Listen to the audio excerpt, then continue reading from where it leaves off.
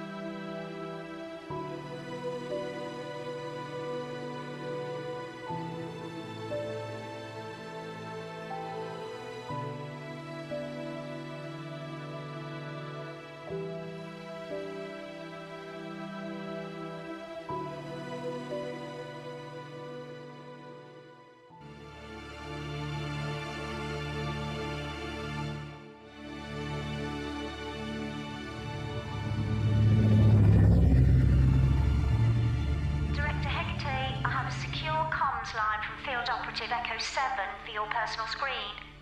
Put it through. Well, I really hope you have some progress for me.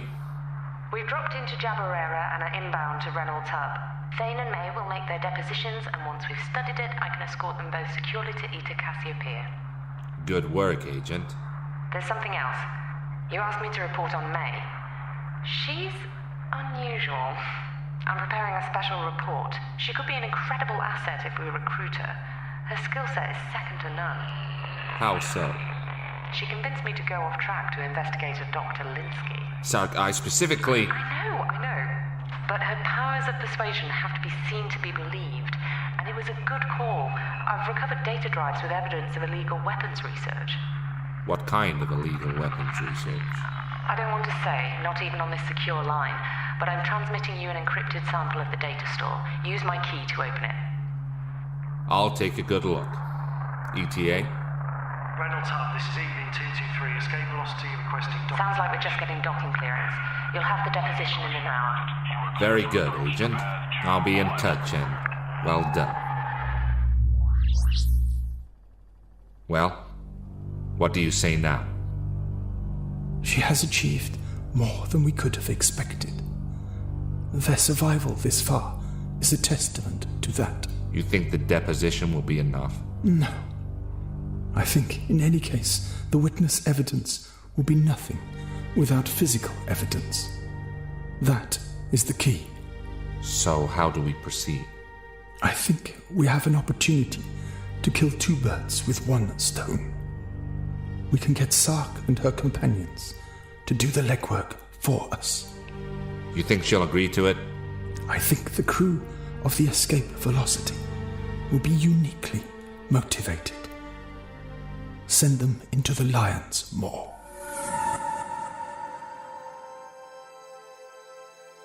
Amid the stars in the sky, humanity expands and thrives as it pushes back the boundaries of the universe.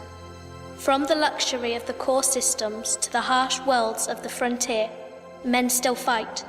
Some fight for survival or greed. Some fight for a flag and others for retribution. But across the lonely darkness, they all share one aim: to be elite.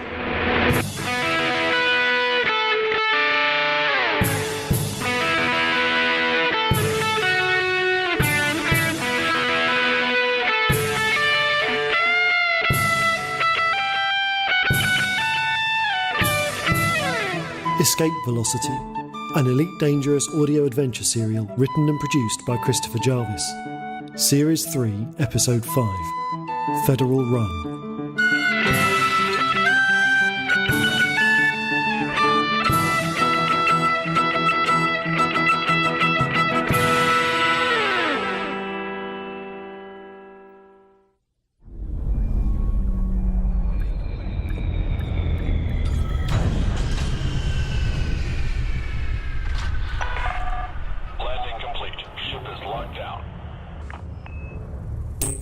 Much more straight-laced than a lot of places we visit, so try not to cause any trouble. Since when do I cause trouble? Since always. I want to spend as little time here as possible, so let's avoid complications. And remember, this is a federal system, so try not to be so... you. And what does that mean? You're a very obvious Imperial. Can't you walk a bit more casually and try not to turn your nose up at everything we see? I'm afraid I was made to be like this. Well, consider this another chance to practice fighting your programming. Well, Sark, where are we going? The deck officer will transport us to the FIS field office. Space. Words I never thought I'd hear while I wasn't running. Are you sure this is going to be legit? You'll be fine. They'll take your statement, issue you with an electronic reprieve. Then you can fly us to Eta Cassiopeia without getting stopped. Reprieve? Your pardon is temporary until you've fully cooperated. Don't worry, it will come. Eta Cassiopeia. Space. How did it come to this? Just relax. Nothing is going to go wrong.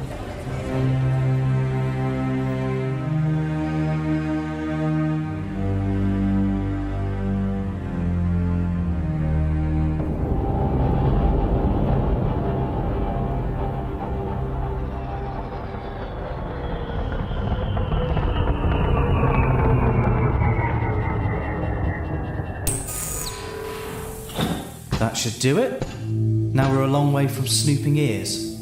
Time for you to contribute, I think. Oh yes, forgive me. This may hurt a bit. What do you want from me, Dallas? Is that any way to speak to me? You helped me back on your Rolland. I said I'd find a way to commute your sentence. Good news. This is it. You left me to rot. Well, thankfully I left you somewhere I could find you easily. Which is good. Because I find myself in dire need of your expertise. Why would I help you again? Because, Kurlek, I think you're a smart man. You recognise when there are very few options laid out for you. Some of those options, I don't think you'll want to choose. Go to hell. I won't let you use me twice. Oh well. Can't say I didn't offer. Computer, close the door and depressurise the bay. No, wait!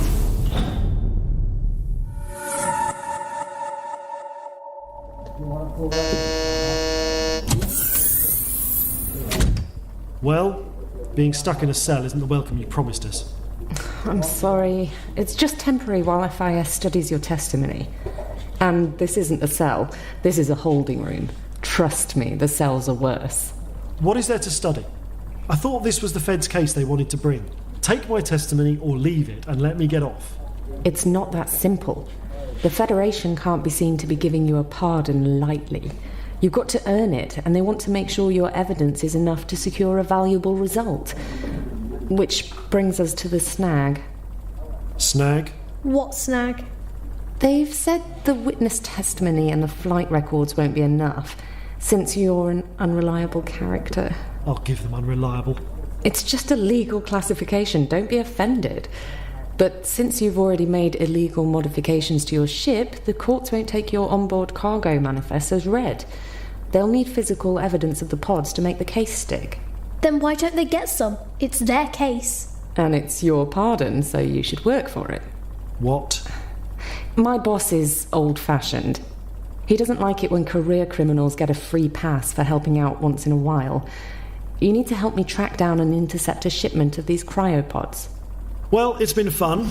Since I have a new no crazy rule on my ship, I think we'll be passing on the Federation-sponsored piracy and be on our way. I don't think it's that easy, Thane. I'm sorry, it's not me. If you try to leave, Federal intelligence will dispatch fighters to intercept you for outstanding warrants. You son of a witch. It's political. My boss is being forced to play hardball on this one. They want to work with you, but they need you to bring in the evidence you say you've seen. No one else within FIS can even corroborate the existence of these pods, let alone prosecute Cormac Reeve for transporting slaves in them. That's because they scan as robot cargo. They shield human life signs. Look, this is all in my statement. I know, but you see how it is. I'm sorry, it's not me. But you're the one bringing it to us. Hey, I'm only the messenger. Pretty sure there's a saying about that. Typical witching federation. You can't act like an arse and then claim it's someone else's fault because it's orders. Own it, Sark. You're either going to push this through or you're going to resist. This is on you, not some director we've never met. This is the way it has to be. Fine. May? She believes it. She's also telling the truth about the pods. No deal without them. No wiggle room. Then are you thinking what I'm thinking?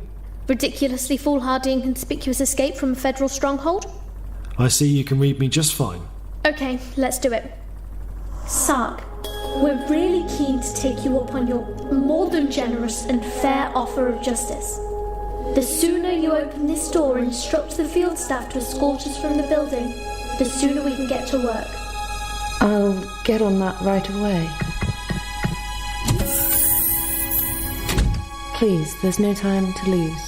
After you.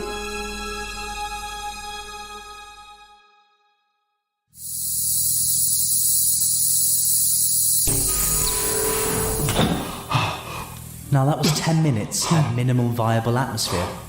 Are you feeling more willing to be helpful? Why do you people keep doing these things to me? I just want to be left alone. I want to go home. But Kurlek, you're far too useful to be left alone. You have so many skills and useful things in your head. Like, for example, the location of Commander Elias Thane. What? That's what you came after me for? Well, you've had a wasted trip. They left me in the Badlands. I have no idea where they went. I know you don't. Or you'd have sold the information for a shorter sentence with Rockforth. But you have the information that can help me figure out where they've gone. You can't piece it together. I can. I just need to get every bit of information out of your tiny mind. I owe them nothing. Then tell me. Where were they going when they left you? But Thane was helping his ex-wife look for her brother. They figured Cormac Reeve was behind a load of kidnappings. Broke into the base to investigate an Imperial transport ship. Go on. But the ship took off while they were on board. May and I ran for the Merlin to attempt a rescue. Then May ditched me. You'll be pleased to know Thane escaped. But didn't come back for me. I could be kind to you. I'm not sure you deserve it. How could you be kind? Information is powerful.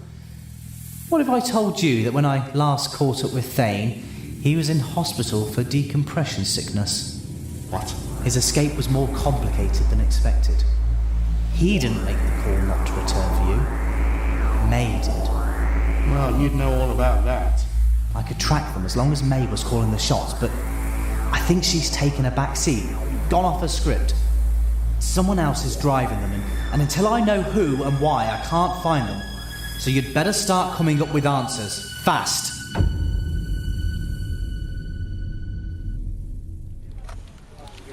Agent, report. What the hell is going on at that station? Commander Thane and May assured me they were on their way to procure your evidence. Why aren't you with them? I'm not sure. And why did I get a report from a door sergeant asking me to wish Admiral Wesker and his niece a safe journey to Sol? Admiral Wesker? We'll have you to your ship in just a few minutes, sir.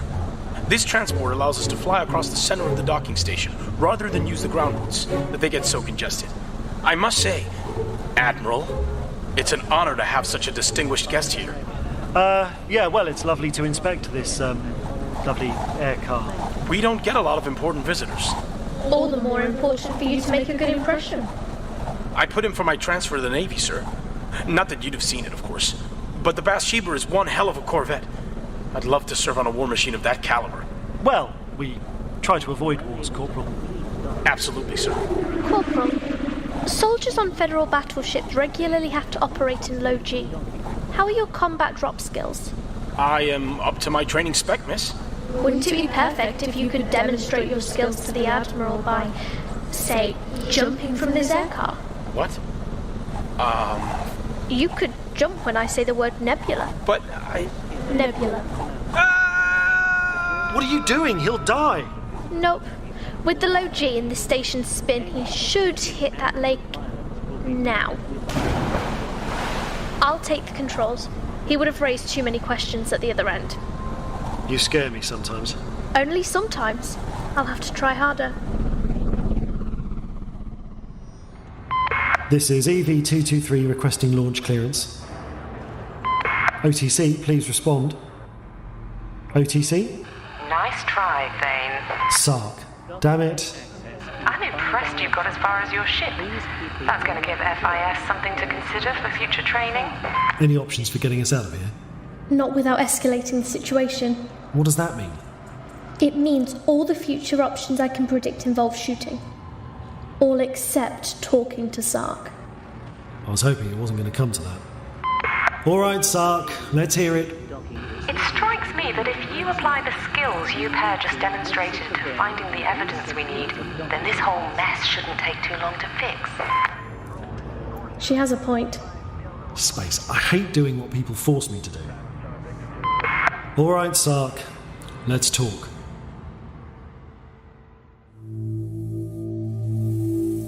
So, you caught up with them and lost them, losing your edge? I had other matters to consider. Distracted? That doesn't sound like you. I'm trying to understand nothing. What are you trying to understand? You're a gun, aren't you?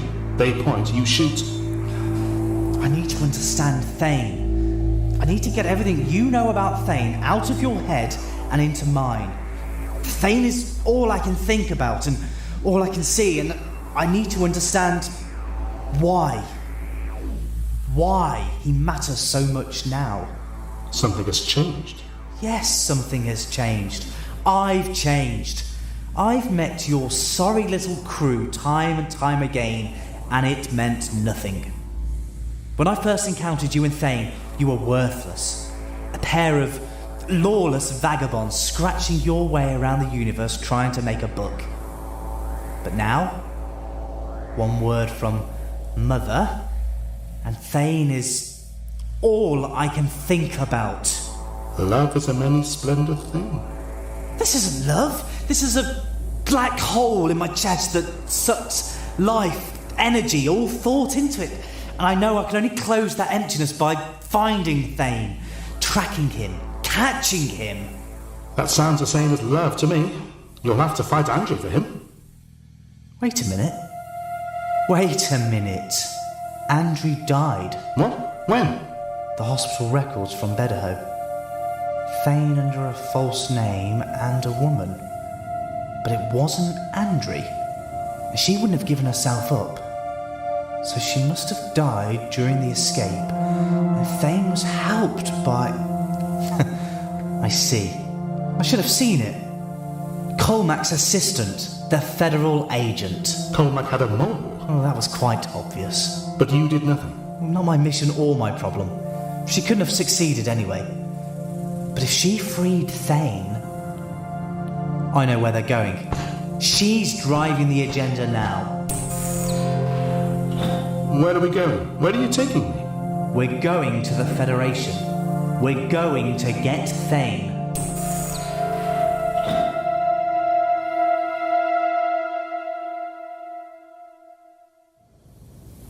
So, what exactly happened to the pods you had on your ship? We unloaded them to show Kurlek, hoping he could make copies. We were a few short after an altercation.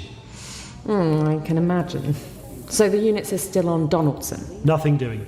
Federal security raided Kurlek's place. Even if I wanted to risk a run to Semi-S with you, I'd be surprised if they're still there.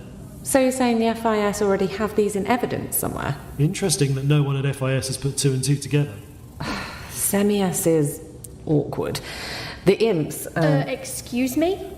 Sorry, the Imperial government wants a hand in everything there, so a lot of evidence gets lost in bureaucracy. Imagine that, wanting a hand in running their own world. SEMIES is a neutral system regulated by the Federation. Oh, well, you would say under that, treaty. given that the Federation... Before the treaty, there was nothing Okay, let's not do this now. I think our mission is to find illegal slave shipments, not solve the SEMIES problem. Okay. So, the pods you had before are a no-go. What's another option? I did a little digging through the Federal Archives. I didn't give you access to that. You didn't need to. It wasn't difficult. In particular, I was looking for raids on suspected smugglers. FIS have never recorded any evidence of these pods. Because they were looking for illegal cargo. I was looking for ships who behaved exactly like they were smuggling, but turned out to be carrying legal goods. And? Don't make me hold my breath. Mostly duty evasion on standard haulage. But this one seems relevant. Commander Vanderkamp. 3 times they've had a tip-off that this trader was running something illegal.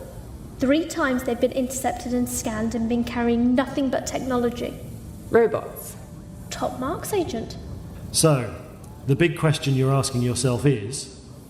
Why haven't the FIS followed this up? And the answer is that after the 3rd inconclusive scan, Vanderkamp took FIS to court and got an injunction for harassment. Space. I love the Federation. Crooks suing the government for investigating them. FIS couldn't hit him if they wanted to. So that's why... That's why your boss is making us take the heat. We turn pirate and rob this guy, then turn in the evidence and plead for clemency, and they can write off all our evidence gathering as being the work of informants. Oh, son of a... So it's up to you. You fancy trying your hand at being a pirate? May, you're on funds gathering. Hit up the rich traders in the bars and market hangouts. Use your whatever it is you can do to convince people to part with some spare credits. Hi there. Hey, Imperial. Nice kink. You playing? That depends if I like the sound of the odds. How about you get me a drink first? So, you double-check the records FIS has on this guy. We need to know where he's picking up and where he's selling. Accessing records. Suspect identified. Agent Vanderkamp. Small-time arms dealer and suspected smuggler. I'm looking for points of pickup and possible routes. Also the ship he uses. And I'll stick with the escape velocity. Sark's right, if we're planning a fight, she needs a few upgrades. We're all set. Vanderkamp is apparently in Tau Ceti and heading to Beta Hydri. It's his regular milk run, but he always buys and sells off-market. So whatever he's carrying must be worth a look. What if it isn't the cryopods? Then we'll have to come up with another plan. Right now, this is all we have. Why don't I talk to him, find out what he's carrying? How good is your control of people over Holofac? I'm not sure. Then we don't risk it. Plus, if someone else is listening in, they could get spooked. As it is, I'm worried we've made too much noise on this. It'll be fine. I've put in a secure request to my director to keep the anti-piracy sweeps away from the system, so we won't have any trouble from my people. Excellent. What could go wrong? There could be informants in FIS. His ship might outgun and outfly us. Someone else might pirate him first. He could have convoy support. He might just have a hold full of bootleg booze. We might run into a freelance bounty hunter. You know, I'm glad you're both along for this trip. Since we've a bit of extra money for the first time in forever... Great, here it comes. Do I even want to ask how you got that money? I was thinking of heading down to the market and picking up some food. I haven't had a fresh meal since Preshow, and ship rations are making my mouth feel like a gravel sieve. Okay, but don't go crazy. And don't draw too much attention. I'll be back in an hour. Wish me luck. She's like a different person. Look, I know we were none too enthusiastic about helping you with this job, but I think having a real job has helped. May and me. It's the first time in ages we've been running towards something instead of away. It'll be fine, trust me. And I know we manoeuvred you into this, but you'll be really helping us shut this hidden slave route down. I guess. You don't mind having to turn pirate? Would it be wrong if I said I was looking forward to using these? I've never had enough money for them before. They just look right there, don't they? Do you and your ship want to be alone? What? I'm just saying. You're obsessing over a new toy. They are very pretty.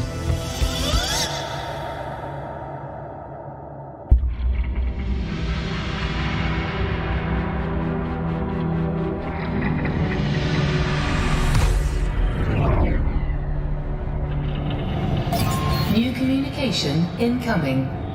I need to take this. Do not interfere with the ship. It will end badly for you. I obey.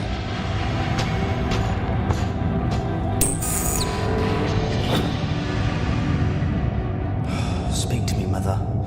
Reassure me. Report 39. I have deduced the trail. Thane is in the Federation under the lead of a special agent. You know where they are? I know they must ultimately return to Eta Cassiopeia. Agent Sark is investigating the Solon prototypes. We are aware. Colmac Reeve was careless. He bungled handling Sark when he had her, and he's allowed witnesses to the pods to escape. Reeve will need dealing with. Do not send me, Matriarch. I beg of you. No? And why is that? I'm so close to finding Thane. I must pursue him. I must find him. I am the darkness and he is my light. I wish I need to reach out and touch him. Very good. Your commitment is palpable. You have your medical station? Yes, Matriarch. Your blood work needs updating with Thane's record. When you finally manage to make contact, we would not want it to be a disappointment. Place your forearm in the device. Yes, Mother. There. Now Thane's genetic identity is wired to your receptors. All you need to do is place a hand upon him and your life's work will be complete. Yes, Mother. I will share my darkness. And one more thing, 39. Yes? Call me Mother again, and I will take Thane from you myself and leave you in a box screaming his name for eternity. Yes, Matriarch! Forgive me, Matriarch. Should you encounter the prototype, you know what to say to her? I do. Transmission ends.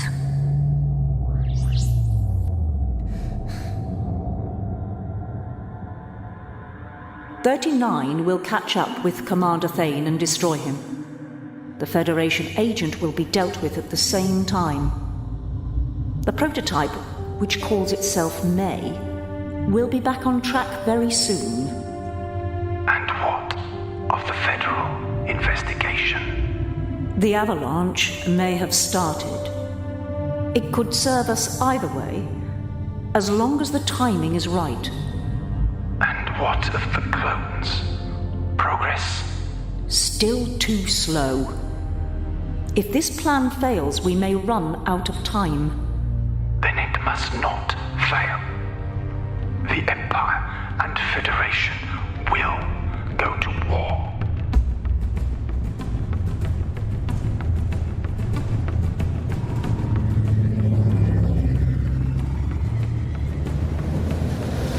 We're here. Are you two prepped? Ready for boarding?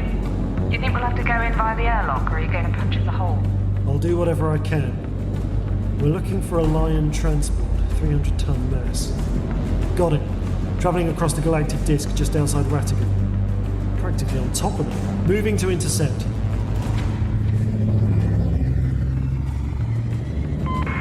Greetings, Transport EL-977. I just want what's in your hold. We are heavily armed and I don't want any heroes today. Any response? Nothing. Wait a minute, they're taking evasive manoeuvres. Space, and they're a good shot too. Impossibly perfect. We have any records of this guy being elite ranked?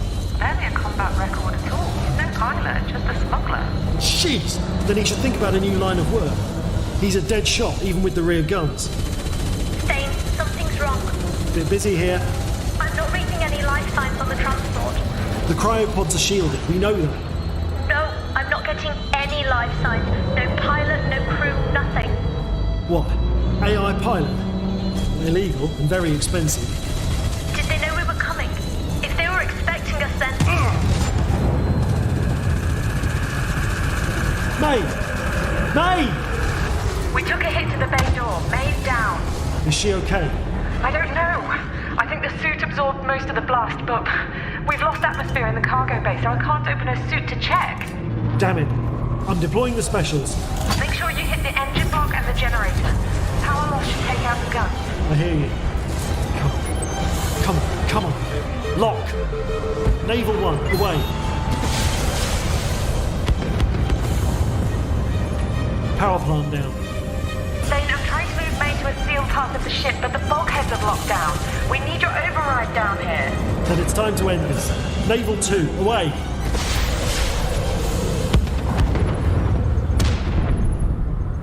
Engines down. They're dead in the water. Are you safe to come down? Yeah, I'm just scanning the ship for power. Don't want them to turn on us while... What was that? The whole witching thing just went to pieces. What the hell? We didn't even do that much damage. The reactor? It was already offline before she blew. I'm coming down. How's May? Out cold, but her colour's good. Just hold on to her.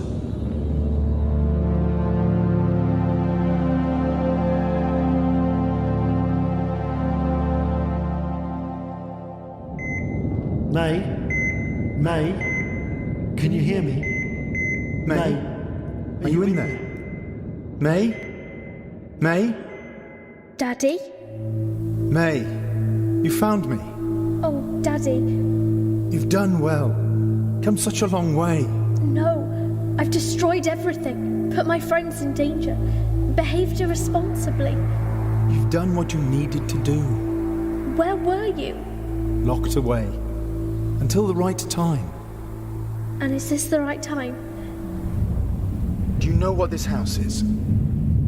You brought us here last time. It's the school. The school was an electronic figment in your imagination. It never had an outside or windows. This mansion, this was my house. Our home on Topaz. It was never my home. I'm a clone, grown from your dead daughter. That's very true. Her name was May, and this was where she lived. 2 pieces of information we didn't put in your head. We gave you plenty of other children's memories, but we never gave you May. But I remember all this. You do. And your mother tried to stamp out all of the clones that somehow inherited May or Tobias's memories. Tobias? That's him, playing on her swings. Dallas? Tobias, Dallas, whatever you call him. You have a connection to him, to his clones, to all of the clones. What do I do with it? The answers are there. At Van Maanen's star. What happens there? Will I do those terrible things I see in my dreams? If you are not there, who will stop the others? May, come back to us. Pupils are fixed and dilated. Charging. May, come on! Come on, May. Wake up. Holoscan has found something. Irregular signal from the AV node. Target it. Fight it. Clear. May, come back to us. We've got a rhythm. May, please wake up. What happened? It doesn't matter. You're okay. That's it, sweetheart. Just rest. Daddy? I'm here for you. Where am I? You're still on the ship. You took a hit in the fight. The evidence. We need to get those pods on board. Shh. Don't try to move. There's plenty of time for answers. You saved me. I'll always save you.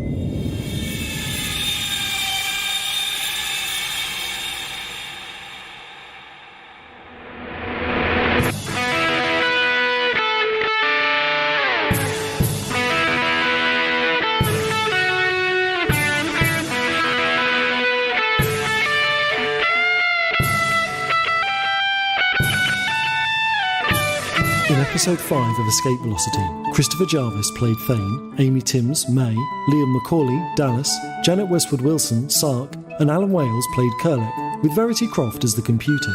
Anne Collins was the matriarch, Dean Sheridan, Blake Haggerty, and Di Reese was Senator Havelock and Tiresias. Escape Velocity was written and produced by Christopher Jarvis with music by Alan Stroud and is a Radio Theatre Workshop production. Elite Dangerous is copyright Frontier Developments.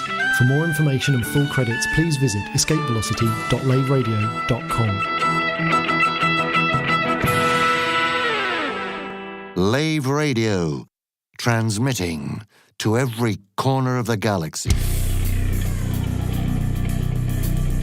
Protecting settlements from villainous scum, it's Settlement Patrolman. The action figure every child wants. Wearing the all-new Manticore Dominator suit with light-up jump assist thrusters. Press his backpack to hear Settlement Patrolman speak. Not seen you around here before, Commander. Is that a Karma P-15 in your pocket, or are you just pleased to see me? Hey, don't point that at me. When alarms sound, Settlement Patrolman rides into action in his surface reconnaissance vehicle with pop-up turret and glow-in-the-dark wheel trims. Settlement Patrolman. Surface reconnaissance vehicle and action figure sold separately. Available from branches of Lave Toy Depot and other retailers. Microelectrode, ion battery, and circuit switch not included. Have you been missold PPI? Python Protection Insurance was missold if you didn't want it, ask for it, or need it. I was missold Python Protection Insurance and I got a claim worth 3,000 credits. At Cowell & McGrath, we are ready to pursue claims for pilots who were sold PPI, even though they didn't have an escape pod. When my partner's ship was destroyed, the insurance became invalid. I settled out of court for enough credits to restart my narcotics and weapons shipping business. Millions have been missold Python Protection Insurance they can never claim, simply because they don't have an escape pod. Why should you pay for not reading the small print? My husband was missold PPI. As a result of our claim, we now own Jupiter. Cowell & McGrath, turning your carelessness into profitable lawsuits.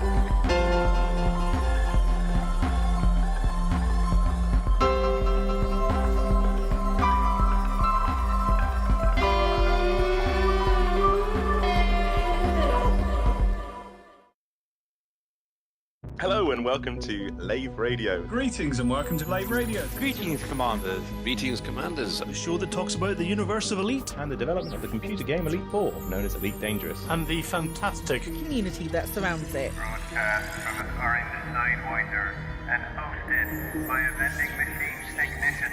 A place of nonsense and innuendo for forum dads. A self-contained podcast 2 hours long. Transmitting to every corner of the galaxy. It's even louder than me. The hottest show this side of Dizzo. The name of the place. Lave Radio. Lave Radio. Lave Radio. Lave Radio. Lave Radio.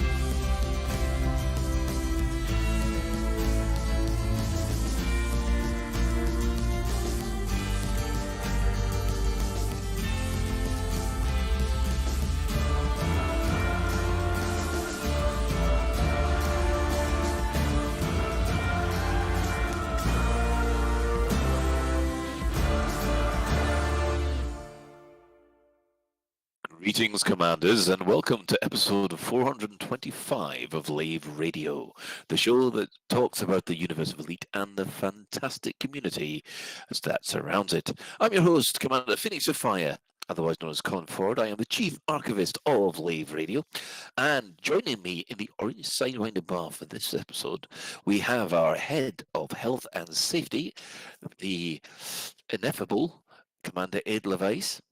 Don't you mean the multifaceted Edelweiss? We'll just say flatulent and leave it at that. That works too. God, Yeah. oh, no, I'm not going to go there. I was trying to be polite. I was trying to pump you up for the new year. Yeah, but if you pump me up too much, I'll get even more flatulent, for God's sake. Wrong thing to say, Yes. right? So there was me trying to, pay you a compliment. for the Also first joining thing. us this evening. Yes. Well, yes. Well, we also have Commander Psykit, our staff liaison officer. Colin's back! Woohoo! And we have our SRV, the commander that does or does not exist, as according to guard frequency. That would be Commander Alec Turner. Yeah, what the fuck? Where's this rumor that I don't exist started from? You need to listen to the latest episode of guard frequency. They don't believe that what you do is possible, so therefore you cannot exist. Okay, that Can confirm, we've all met Alec, right? We can confirm that he exists. Yeah, we're better. Well, that's a than very couple good of point. wave It could have been a stooge of some kind. What, with the same voice? Yeah, I've got a stunt double. Oh, You is say that it with the Reddit same slang voice. for something? I sent him to LaveCon for me. A lot of people cannot tell the difference between me and my sister's voice, so that's possible. It is true. I mean, I must admit, I have mistaken your and Kitty Anna's voice before. So, anyway, moving on from there. If you wish, you can join us live. We are hanging out in game somewhere. We've got Ben and the Chris Mark IV showing their usual level of competence when running team missions. So you can hang out with them. But if you can't get to them game, you can join the Twitch chat channel, which you can access through laveradio.com/live. Click on the live chat or go to twitch.tv/laveradio or look at us on YouTube, look at us on Facebook, and look at us on Twitter. I don't think Mastodon does the No, you can't stream on Mastodon. we can't scream well, but when they do, we will. Probably. So let's go around the team and see what they've been up to. Let's start with Commander Turner. Do you exist? Well, let's assume I do for now, because otherwise there's not much point me talking, really, is there? What have I been doing? Right. So you'll all remember the the sharp intake of breath when I told everyone last week that I'd taken all my given away all my vinyl. Never guess what I found in the attic this week. A whole other box of vinyl. No, a BBC Master, monitor, and disk drive, and a whole pile of floppy disks. Wow, you need to talk to Stephen Usher. Well, yeah. I mean, I'm not going to take this one to the dump. Did you know a BBC Master goes on eBay for about 300 quid? So it seems a bit churlish to just chuck it in a skip. But I have a friend who turns out is very excited about taking it off me. And the other interesting thing I learned is because I was looking on eBay, and they all say reconditioned, and a lot of people talk about replacing the battery. I guess there's a little battery on the circuit board that goes. So I was chatting to this guy who's interested in it, and I said, I'll try and turn it on at least, so I can tell you if it even powers on. And he got back to me very quickly and said, do not try and switch it on, because apparently old computers that have been in attics have a nasty habit of blowing up when you try and switch them on. So there's a tip. Yeah, don't. Yeah, there's an interesting tip. Although I must admit, finding a BBC Micro up there is the nerd equivalent of finding the lost Ark of the Covenant. So you know. Right. Well, we'll move over to Psychic then. Hi. Hello. What have I done? What have I been up to? A lot of Thargoid combat, which has been nice. A lot of like little admin-y type things, like finally getting back into answering emails and stuff like that might have let things go a little tiny bit. Not a lot. I tell you what I did do. I played Marvel's Midnight Suns today. And this is it's like, I love XCOM, and it's by 2K, and it has an XCOM feel to it. It feels like an evolution of XCOM, but you're playing as Marvel superheroes and all of that kind of good stuff that really sort of like sets the dopamine running in the big nerd brain and all of that sort of mad stuff. However, alongside the fun bits, there's an awful lot of exposition, and I don't feel 4.5 hours in, I don't feel like I've played enough of the game to give a good enough review of it. And I think that is kind of telling, with the fact that there's a lot of chatting in it. Well, a lot of like characters interacting, which Let me guess, you're not up on your X-Men mutant lore in order to appreciate. Well, what's happening. no. It's there's not that many characters in the grand scheme of things, so it's not like you're talking to every single mutant, which I mean might be kind of fun. I find it a little bit more fun, because it's like you got Doctor Strange, Iron Man, Captain Marvel, Blade, and then a couple of lesser well-knowns like the new Ghost Rider and stuff like that. And it's good. It's good, but it could be so much better if they shortened the exposition a little bit. That's that. And I also went back to my Cyberpunk playthrough on Monday, which was great. It's nice to be back and doing lewd things in Cyberpunk. Nice one. Okay, let's move on to Commander Ed Levice. Yeah, so what have I been up to? I've been playing a wee bit more Spider-Man, but not a lot, because it was stressing me out far too much. So after getting far too stressed out, I reverted back to just chilling and playing some RimWorld. And then yesterday, which was the only other gaming night I really had, was spent playing some Elite with yourself and Fozza. And I think we'll save that for mostly Clueless. I think that might be an idea. Yeah. Because Clueless was as Clueless does last night, wasn't it? Yeah, it was. Yeah.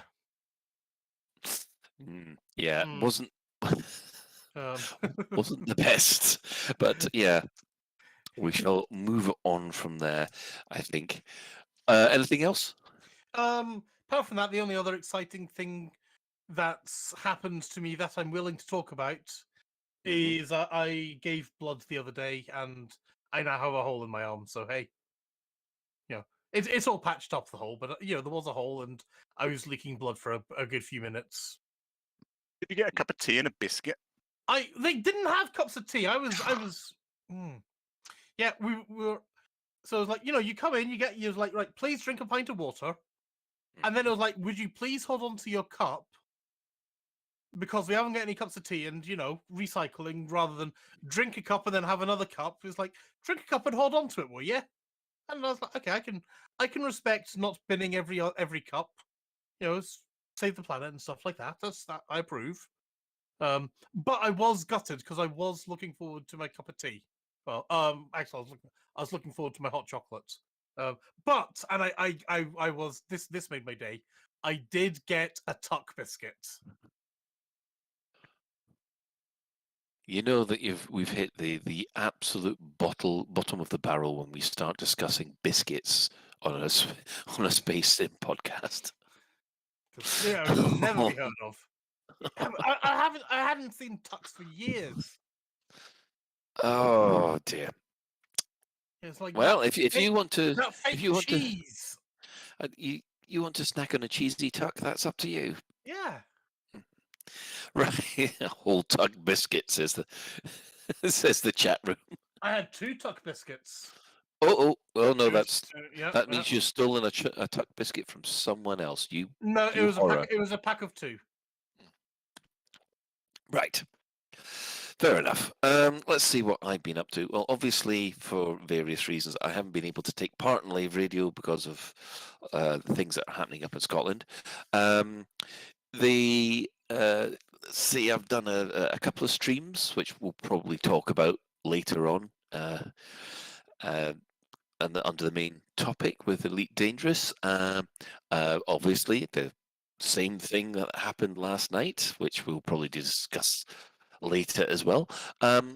However, one thing that I was quite pleased about was that I finally got back into playing Final Fantasy VII Remake again, because I'd forgotten how to play it, and I kept on getting killed by these horrible, these basically minor characters, which, had I been playing it constantly, I would have gone through them like a hot knife through butter. But unfortunately, because you're out of practice, you forget what all the moves are, and you forget that you can heal halfway through a fight. But yes, so I got back into that, and then that led to me playing too much Final Fantasy 15 again, which I've got to stop playing because otherwise I don't have enough time for Elite Dangerous Final Fantasy 7 as well. So I've got to prioritize. But apart from that, yes, back to it and looking forward to this new year. So, moving on from there, let us talk about some development news, or what have the devs said this week. Well, obviously it's been quite a quiet week, but there has been a little bit more than last week, thankfully. So on Wednesday, Bruce has asked for feedback on the Thargoid War, and this was started off as a small post on the forums. And as you can imagine, it basically exploded. Now, as this is one of our topics that we will be discussing later, I think we will just actually. How do you put it in business parlance? Oh yeah, let's just put a pin in the board and come back to it later. Excellent. Right, on Thursday, Sally posted that they've started some initial server-side fixes to fix the mission board bug. Now, I don't know how bad this bug was because I have never encountered it.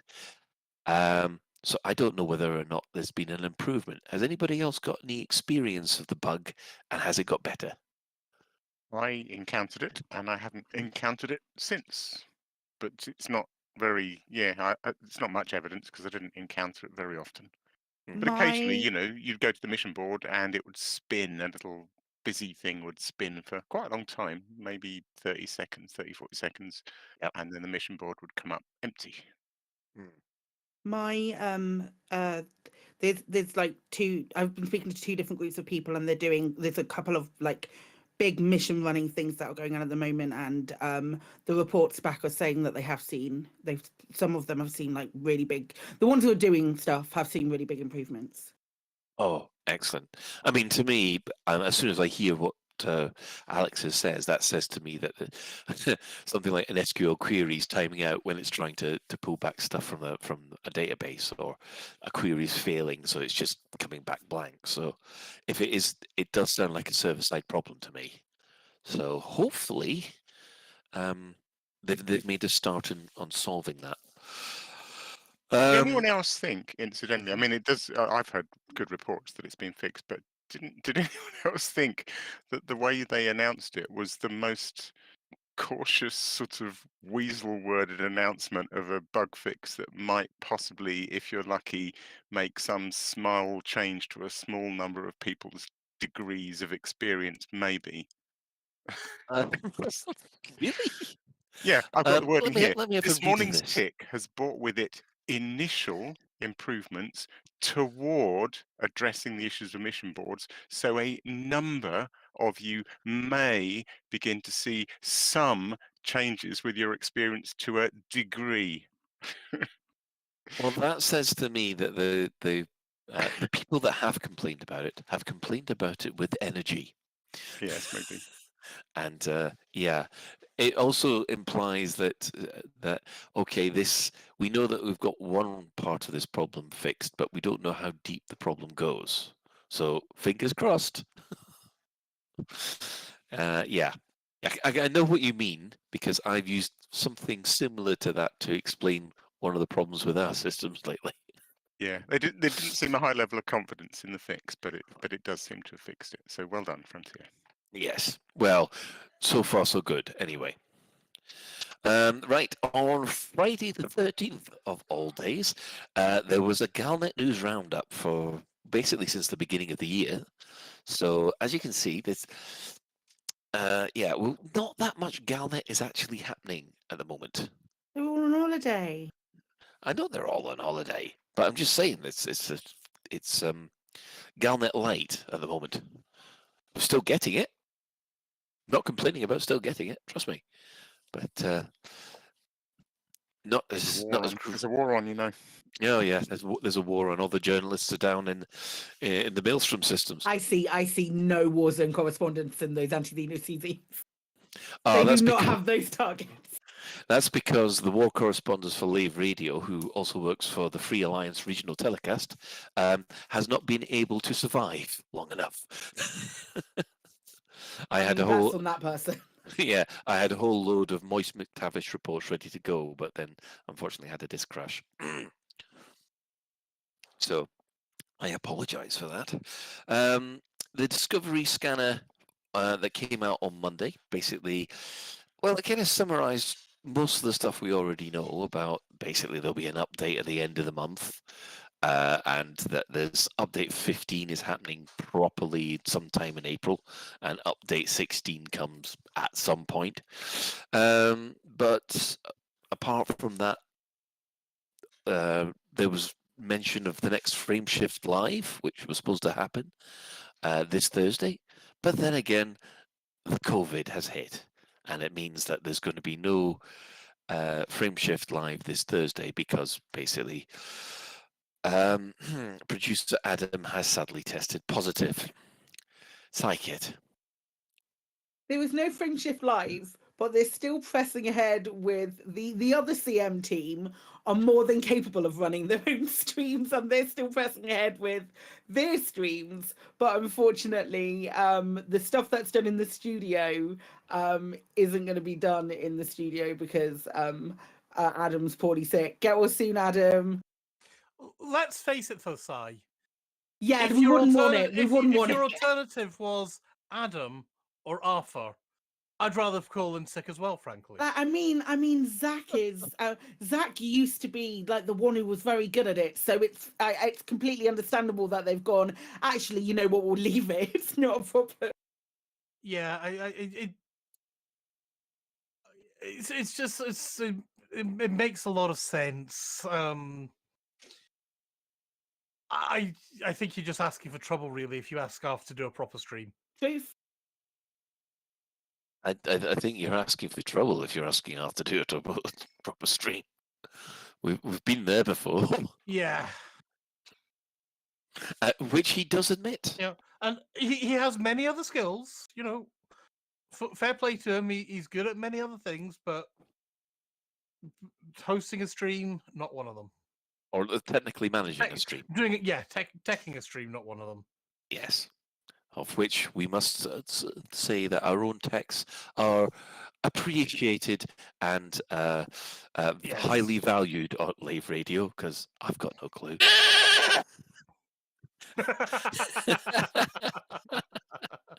You pay them a compliment, and that's how you pay you back. Alec, what? I was only chipping in case we'd finished with Discovery Scanner, and I just wanted to mention that Beetlejude got a shout out, which was fab, and I love that drawing of the crate. It's awesome. I hadn't seen that one before. Don't you mean it's crate? It is indeed great. Well, all of a sudden I've now got an image of Alec Turner as Tony the Tiger from Frosties. Yeah, at the minute I said it, I thought I've gone Tony the Tiger on this. Yeah. So if anybody, that's it. That's your challenge. Next time you're SRVR, you've got to do Tony the Tiger. Accepted. Okay, well, we've got to see whether or not you can do that.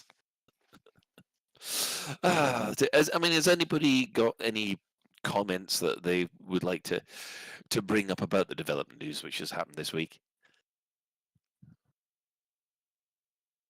I think I'd take that as a no, Colin. Yeah, dead air, definitely. Right, let's have a look at the in-game events or the Galnet news which has happened this week. Well, there's only been two things. First one, Azimuth has announced that they've got experimental weapon stabilizers coming out soon.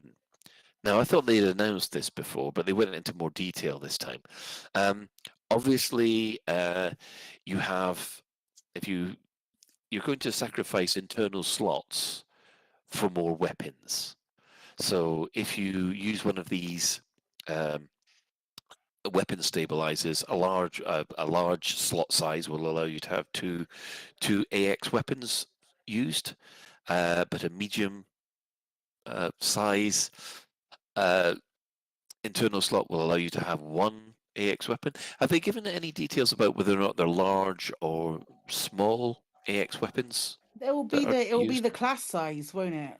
So I would probably guess that they're going to be like 3 and 5 would be my thought. 5 would be huge to take away. But it's also going to be that balance of whether or not you want a size 5 or whether you want the extra firepower or you want that whole protection. It's going to be really interesting.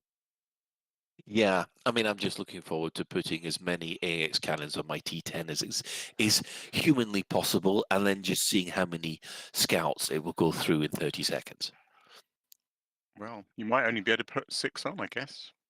That's still going to be a lot more DACA than I've got at the moment. It's 50% more DACA. You can't turn that down. Have they confirmed whether you can put more than one of these things on a ship? I'm guessing not, actually. But yeah, that's one thing they've said. If you use up more slots, does that mean that it allows you more AX weapons? They haven't said it's exclusive. That's a point. That means you could. Well, I can't remember any. Well, Psychic, you're the Corvette expert. Mm-hmm. I take it you've got more than 6 slots that you can use for AX weapons. Yes. I don't have a I wish Corvette, I sounded more convinced about that. Yeah, I'm looking at them now. I'm 1, 2, 3, 4, 5, 6, 7. So seven. 2 heavy, 1 large, 2 medium, 2 small. So if you've got 1 large stabilizer and a medium stabilizer, that means you could have AX weapons on everything. I doubt you'll be able to stack them. I'd be surprised if you could stack them. That said, I mean, 6 and a beam laser with thermal vent would do me.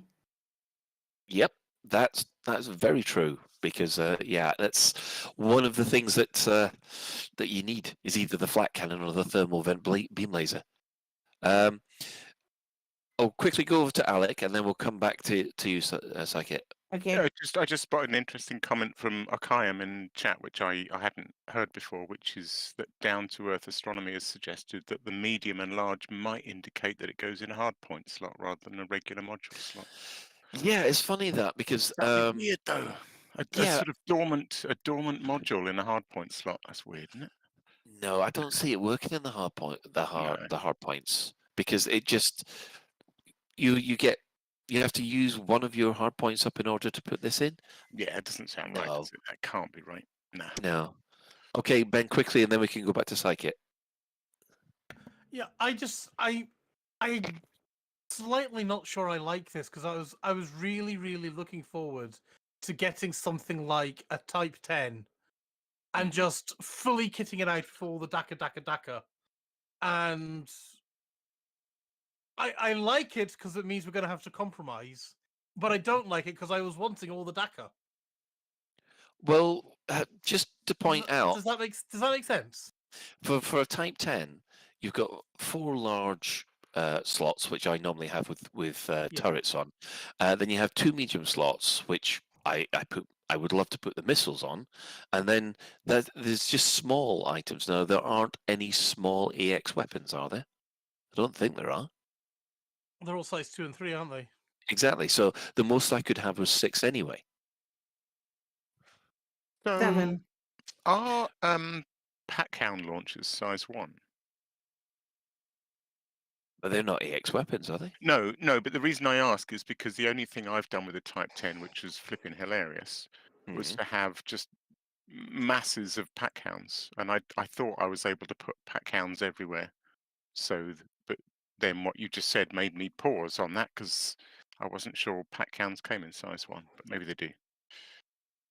Oh, now we're going to have to do some research. Thanks, Alec. Also, you can get fixed shard cannons and Gauss cannons and turreted shard cannons and turreted Guardian Plasma, fixed Guardian Plasma, all size 1. So what you can get size 1 Oh, slots. right. I'm on Coriolis now, just looking. Okay.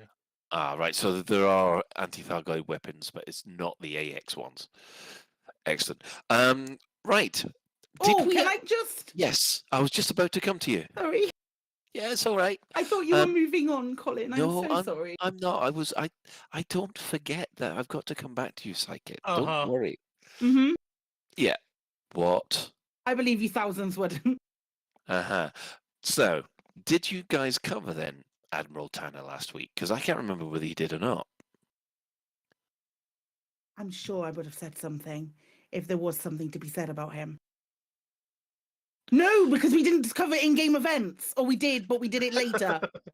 Right. We did it later because I was bad. Right. Well, Admiral Tanner, he's been reinstated.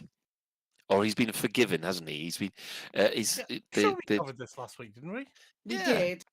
We did, but there was in the Azimuth, in the Azimuth announced experimental weapon stabilizer bit, they said how angry they were that the war criminal Aidan Tanner was Hang on. Yeah. They're calling Admiral. Those motherfuckers in glass houses should not throw bricks. Pot kettle, don't you think? A little bit. Bloody hell. Oh my god. Yeah. So but what I will add on the back of that, when they've moved the Musashi out of One Drama to go to this new place and do the big weapons expo and all of this stuff, what they have unfortunately done have left Azimuth with a presence in One Drama and no one protecting it. So subtle hint to all your witch hunty followers. Well, we have a new goal. let's take that mega ship back. Yes. Well, I didn't know the megaship. The megaship is theirs. They're still claiming that they've got theirs, but with the fact that it's gone out of that system, there's nothing now holding Azimuth within One Drama. So off you go, sunshine. You're not needed here. Let's shut the door on them when they go. Yeah. Good point. Right. Well, after all that, on the 16th of January, there is a bit of a schism happening in the Empire with the People's Princess, Aisling. Aisling. I got it right. Come on. You just cut me off before I got it right. Sure. Aisling Duval has now said that she might think that Aegis is a good idea and that Aegis would benefit from the Empire because they're not going to win without the Empire. Good way of putting it, but yes, this seems to put her loggerheads with the Emperor herself. So we'll keep an eye on Aknar for that one, just to see what happens in the future. And just to bring the people up to date with the present stats for the Thargoid War, there are now 453 systems lost to Thargoids. That's up from 66, up by 66 over the last week. 25 systems are under invasion. 66 systems are on alert. 28 are in post-recovery, and there are still 8 Maelstrom systems. Now, we have lost 2.2% of human systems in the last 6 weeks, and at the current rate, we're looking at losing the bubble in about approximately 2 years. If anybody is interested. Game's dead, confirmed. Yeah, so obviously we'll probably talk a bit more about these stats later. But I don't know, the impression you get listening from other people's podcasts and from watching other people's streams, they seem to think it's all over. They have the Maelstroms contained. But I'm looking at these numbers. We didn't contain 66 systems. We still lost them. That's quite a lot. Is there something I'm missing here? Is everybody thinking that we're doing well, but we're not? I think this is covering what we were trying to see a little bit last week. With we've got these 400 odd systems, and yeah, you're right. I mean, everyone's acting a little bit complacent, really. Yeah, I do feel there's a disconnect between the figures and and the apparent confidence of the community. It's interesting, isn't it? There has also been a breakthrough to some extent today, which I was hoping we can cover as part of the main topic. But there has been there has been a bit of a breakthrough today, which is really cool. Yeah, that's in the Reddit, isn't it? So I got it from Canon, so. Oh right, you got it from Canon. Okay. Yeah. Okay. Right. Excellent. We'll be able to touch on that. Yeah, I've got a few things to add to all that discussion as well. So we'll be able to add more gist to the mill, or grist to the mill, or whatever the actual phrase is. Yes, as well. It's good to be back, isn't it? Yeah. I think it's that time of the week again. Store alert! In the bi-weekly newsletter, here come paint jobs for your art. In the bi-weekly newsletter, here come paint jobs for your art.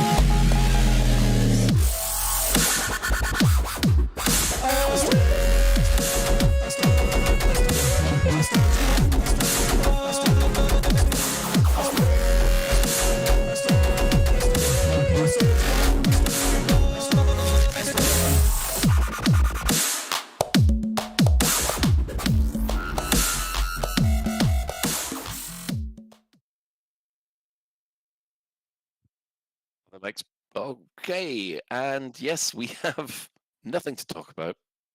There's nothing new, and all the good skins have gone. Oh no, sorry, all the shiny skins have gone. Yeah, all the Christmas stuff's gone, and So if you missed out on those nice Christmassy and other shipskins, I'm afraid they've gone. But we do have something to say, don't we, Ben, about what Lave Radio is able to give you? Well, yeah, I'm just thinking, shall we? Okay, I'm gonna just go for it. If anybody wants one of these green, they're green, yeah, they're green. The green shipskins that we've been trying to give to you guys all week, but you lot just ignored the bloody questions on social media. Well, sorry, podcast audience, but if there's anybody listening to this show live who would want a shipskin, please say so in chat, and we'll give you one. First 10 people say, I want a shipskin, gets one. That's lazy. That's lazy as fuck. I love it. Okay, we've got one. Mac Winston wants one. 2. Okay, there we have it, guys. We have 4 skins already. Oh, Christ, there we go. There we go, done. Had to be done. Right, check that one off. Right. I'm gonna land at Lave, and then I'll send you lot a PM. And thank you very much to the lovely cat for giving these to us. Yes, we always do appreciate that. I think, I was asking Psyche, it was like, I was having a good moan actually about you lot. And she's like, well, what do you expect? You go off and ask them a bloody weird question. Yeah, it was weird. It was weird. You're wrong and you should feel bad.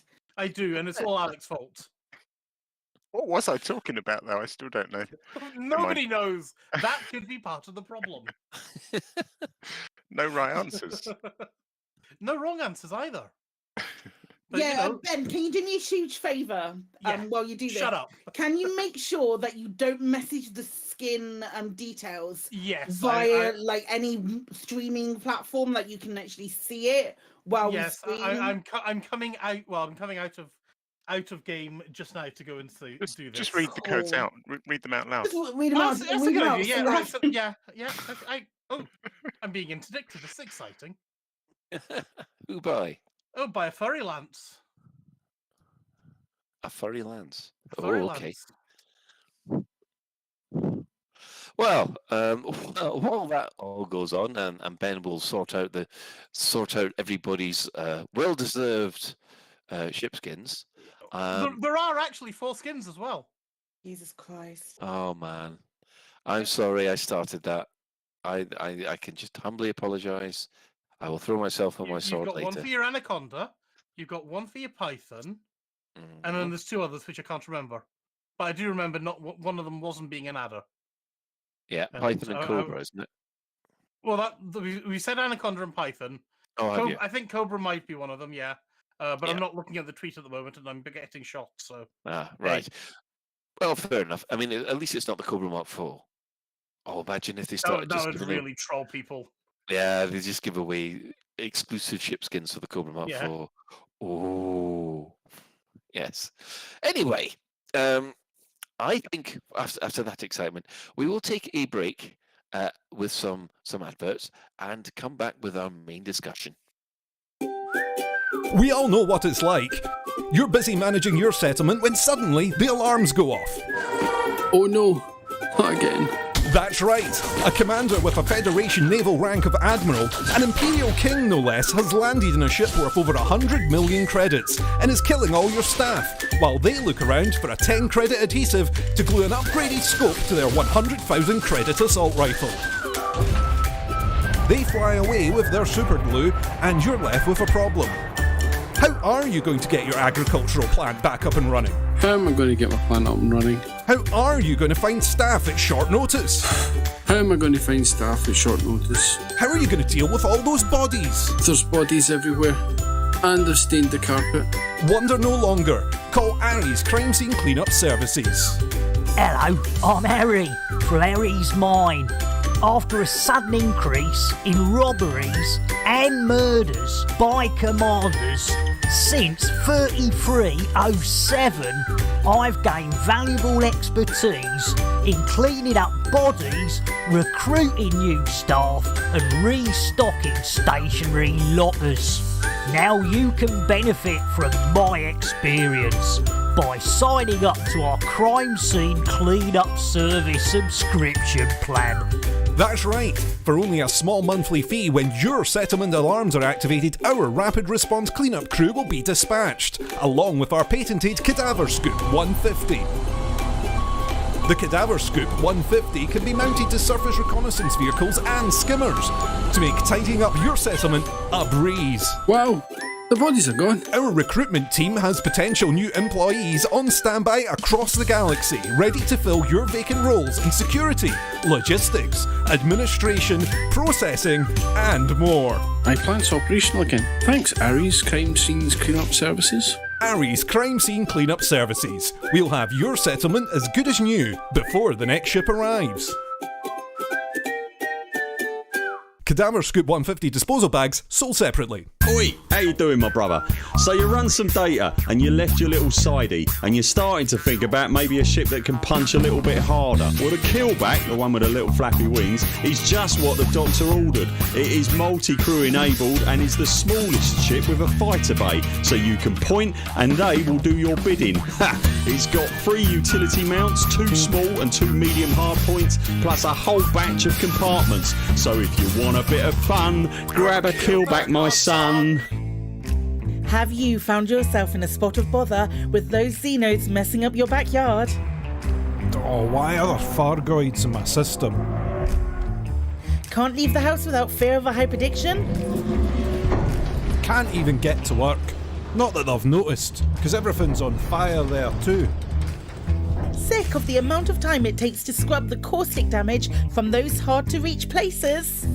Oh, fuck! Oh, it fucking hurts! Ow! Introducing Dr. Pope's Caustic Burn Cream. Apply a few drops to the affected area and feel the euphoria of instant relief. After that, just wash the burn away. It's like it was meant to happen. It's so good, you can even use it on your ships. Thanks, Dr. Pope.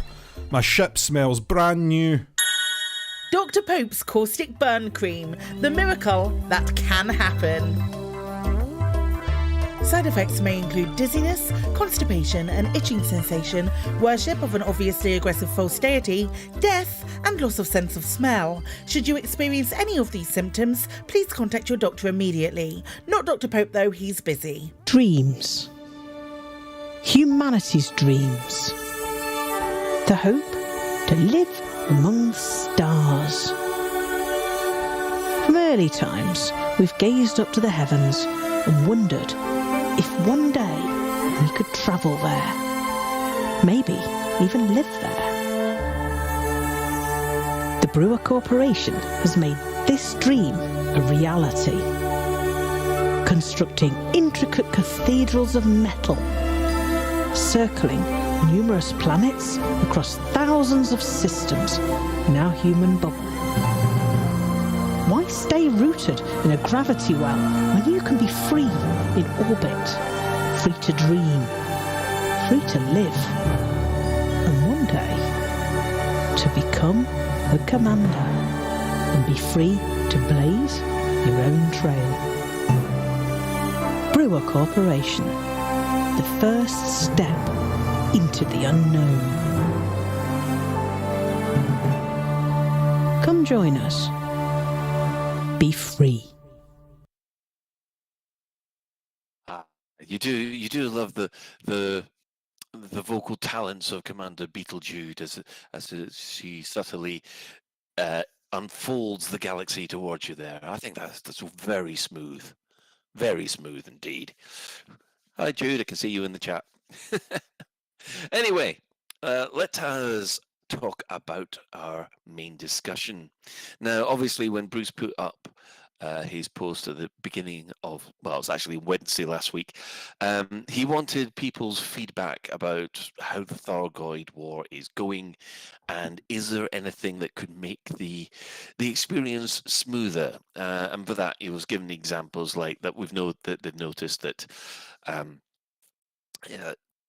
some gameplay elements aren't fit for purpose as well as they should be, such as the anti-Xeno scanner, which has got a really short range on it, It's very difficult to use in the sea, in the combat zones, and it's something that they're looking at. So it was after things like that. So I thought we would take that and run around the crew and see if what their general experience so far has been, and on top of that, what their suggestions would be. And I think we shall start with Commander Psychid. I knew you were going to do that. Yeah. So. Yes. I have genuinely been thinking about things that I would do to improve. Had you asked me this yesterday, I would have said I don't think we have all of the information that we need, because there were still systems the systems that are currently controlled by Thargoids, we're not able to push the what sits out of push Thargoids out of those systems. They're not able to take back control. That, however, that, however, has been tested, and there is currently a system that today humanity took back control of the Thargoids. From the Thargoids even. So it wasn't an inhabited system, is my understanding. It's a system where you were just dropping out of supercruise and killing a lot of scouts and anything that sort of like showed up. But once they'd done that, they were able to, hang on, I have the statistic. Just a small moment, the information that I was told. They're 50 pips a bar, and they said it was 130 scouts or 4 interceptors, means that there was a pip that moved forwards on this completion bar. So it means that if you have 20, if you have around 25 to 30 commanders working a full hour, individually killing, let's say competent anti-Xeno pilots individually killing scouts and Thargoids and Thargoid interceptors with regularity, potentially you could get a system cleared in around an hour. That's not my math. So if my math might be completely incorrect on that, I am quoting somebody else from my Discord's math. So if that's wrong, that's wrong. But like 25 commanders with an hour could effectively do enough to clear a system. These are people who are working efficiently and not just doing it to have fun and make money like I am. So that's just from like killing scouts as it is. You could if you see an interceptor, you can just bounce out as well. So that's a really interesting new development, and the fact that my opinion is that needs a little bit more testing, and I'd love to see it work in taking back some of these. I'd love to know how to take back stations that are currently sort of like, there are systems with stations completely in the black. That feels like something that we need to that still needs to be found out, which I'm quite excited about. I think there's quite a lot of stuff now with that development on the horizon. My main concern and my main problem with it is I want to make sure that the Thargoid combat is accessible to as many commanders as it possibly can be. So the stuff that they're doing with regard to giving options for 6 weapons, having more gimbaled stuff. The missing link now is definitely the anti-Xeno scanner. Yes, the anti-Xeno scanner is quite well. I've got a few things to cover off on the anti as well as the anti-Xeno scanner. So we'll just quickly pop over to Alec. Yeah, sorry, I just had a question on that. Those stats about recovering a system. What state was that system in then? Is this recovery? Thargoid controlled. Thargoid controlled, fully controlled. Yeah. Wow. Okay. Oh, interesting. Okay. Wow. Cool. I mean, they did say that they've got a couple of things they still need to test. Obviously, they need to know whether or not it's more difficult to do the same with populated systems, as well as unpopulated ones. But there also is a theory about how far away these systems are from the maelstrom. which I Yeah, thought I've was seen quite that. interesting. So obviously, see if you can kill 6,400 scouts in a system next to the Maelstrom and see how you do. That'll be an interesting test. But I take it that nothing or nobody found any unique items while doing that. What I'm thinking of is any unique mats or anything new to discover. The unique materials have been found. I know we're going very off tangent from what we did to improve it, but I mean we are the kings and queens of tangent towns, so that's not a problem. The newest stuff that we found, the new things are all from the maelstroms and destroying like the caustic generators and stuff from the maelstroms. Yeah. Okay, I see. But as far as we know, there's been nothing new found in this controlled system when we took it back. Well, what I'm thinking of is sort of maybe there's a clue to the next stage when you take back a controlled system. That's Imagine if there were just loads of Grelics lying around and you're like, you do that Leonardo DiCaprio pointing at the screen meme. Yeah, that'd be handy. Right, Alec, I'd like your thoughts on what you think of the Thargoid War so far and improvements, And how to maybe. improve it. Yeah. Yeah, okay. So I've only really done scout combat, well, when I haven't been climbing buildings and trying to jump off buildings onto the backs of Thargoids, which is what I've been doing mostly this week. But I have actually done some scout combat. I think it's brilliant. I really think it's brilliant. One of the things I love about it, and I don't know if this is deliberate or not, but as someone who is kind of happy popping scouts, especially with the new AX weapons, but hasn't really tackled an interceptor. What I like is that although the interceptors, so you get a nice, particularly if you go in where there isn't already other commanders, you get a nice first phase where you get loads of scouts. Then you get the warning about interceptors showing up. You get a nice opportunity to use your shutdown field neutralizer or to avoid the shutdown field, and that's fun because there's gravity, and if you don't boost away from the ground, you fall into it. So there's that's all really good content. And then what I like is that when the interceptors show up, I can sort of ignore them, but not.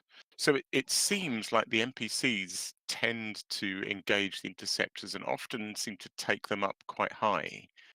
And so I can kind of happily get on with my popping the scouts at low altitude.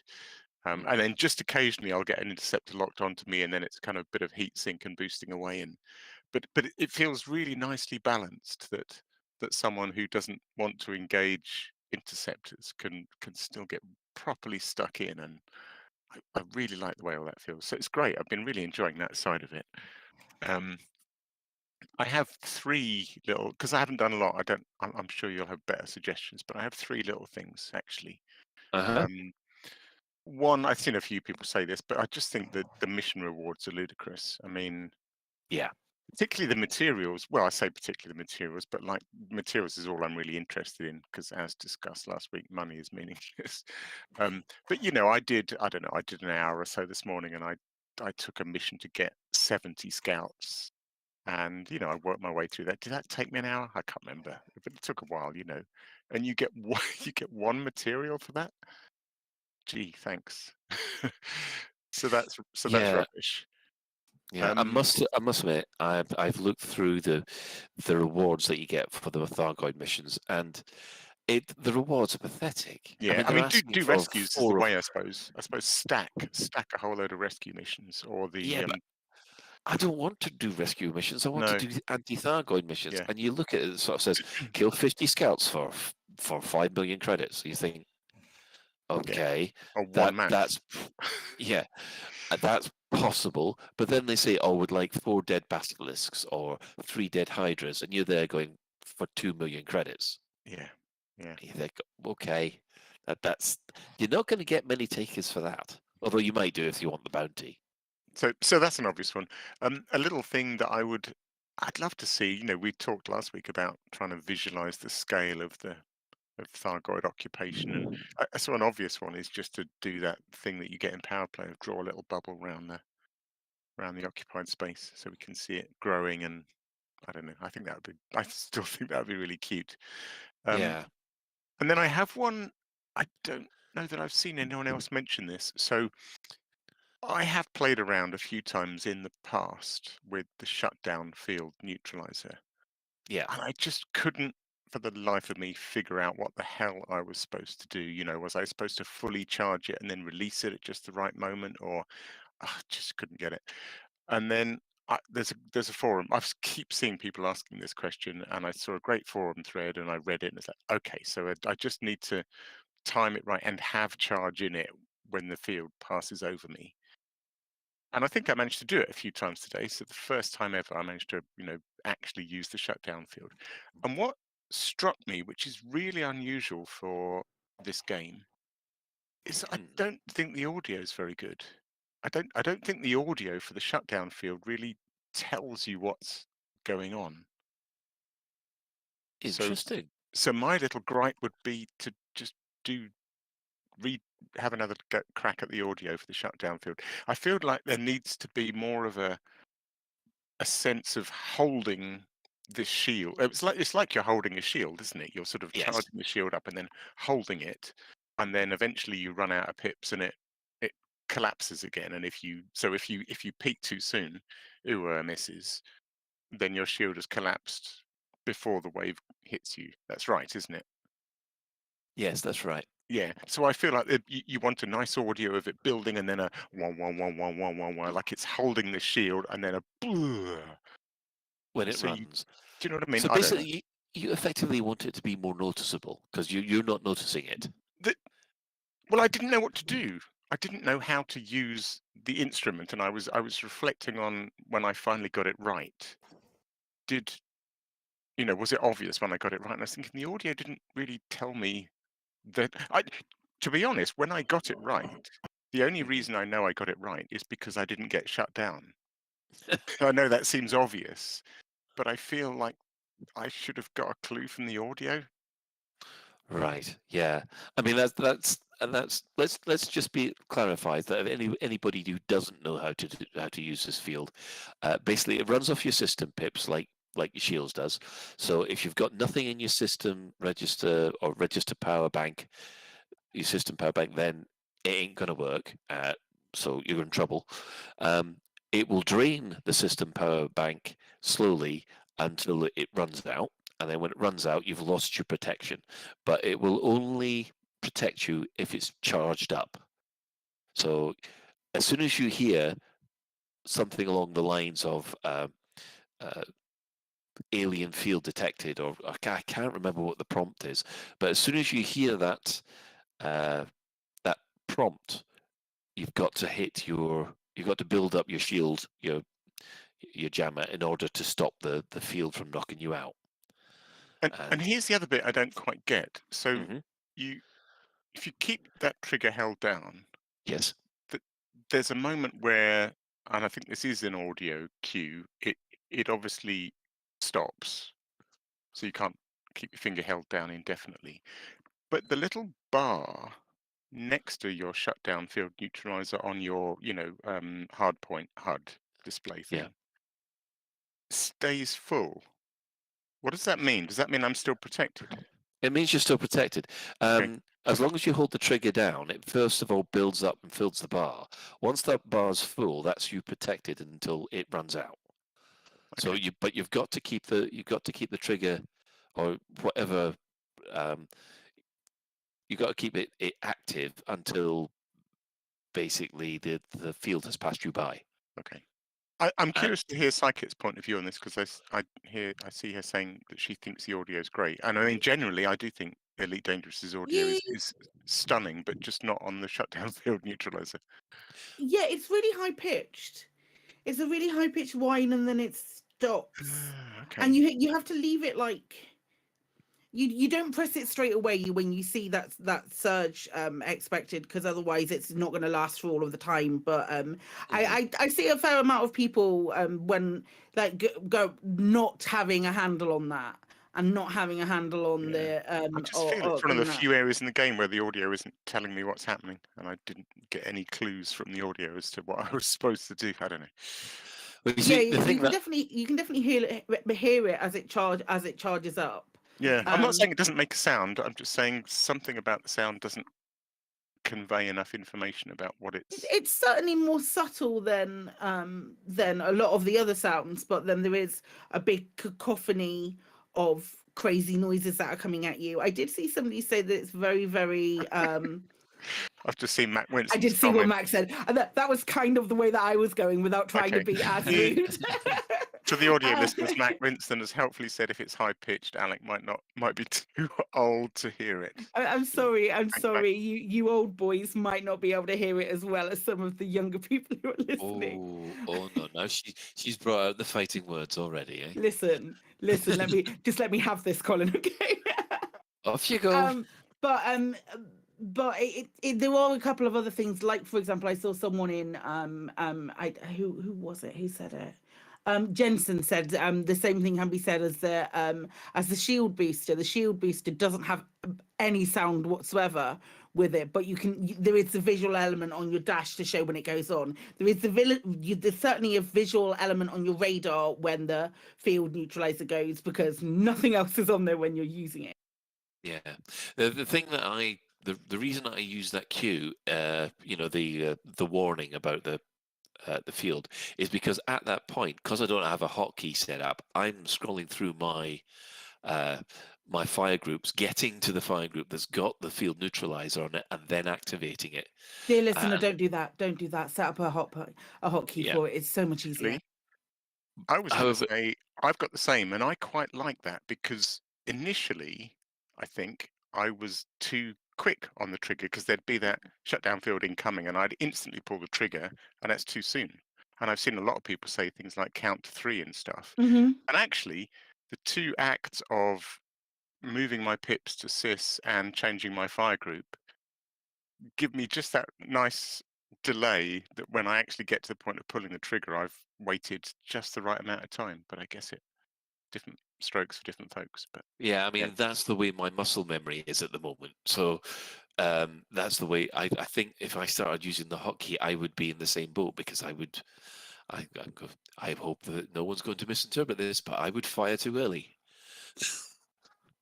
Yeah, interesting. Anyway, that's it. That's my 3. Text Nice. when you're editing this, can you isolate that and just send it me? Thanks. Oh, you are not using that in one of your adverts. No. Right. Anyway, let's have a look. Oh, well, I've had quite a few, because I on the streams that I've been doing at the weekends, I have been doing a lot of Thargoid combat, and I will say one thing about this is that I love the invasions. I love the invasion systems. I love the controlled systems.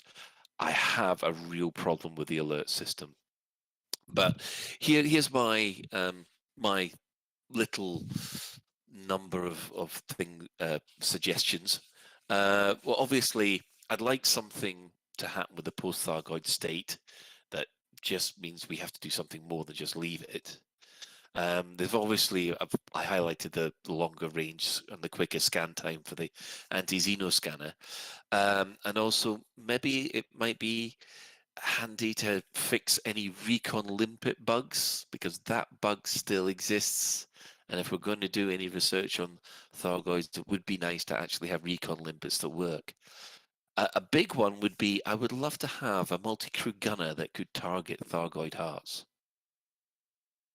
Because multi-crew gunning is Thargoids or Thargoid scouts is actually really fun, but you're no good against interceptors because you can't sub-target, and you need to sub-target hearts, which is a bit of a pain. I would also love an AXI Taipan fighter. That'd be nice, thank you. But the big one, and this is the one that really gets me, is I need the spawn rate of the Orthrus in the alert system to be increased. I spent 2 to 3 hours over the weekend just looking for the Orthrus. I didn't find one. and it is so frustrating. Yes, you can go away and knock out some scouts, but the only way that you can have any effect without knocking out an Orthrus on an alert system is to do rescue missions, which is another of my bugbears, because basically all the rescue missions seem to be at the hospital ship, which is the furthest away. Why are we going so far away when there's only one 60 light years away, yet you want the one 200 light years away?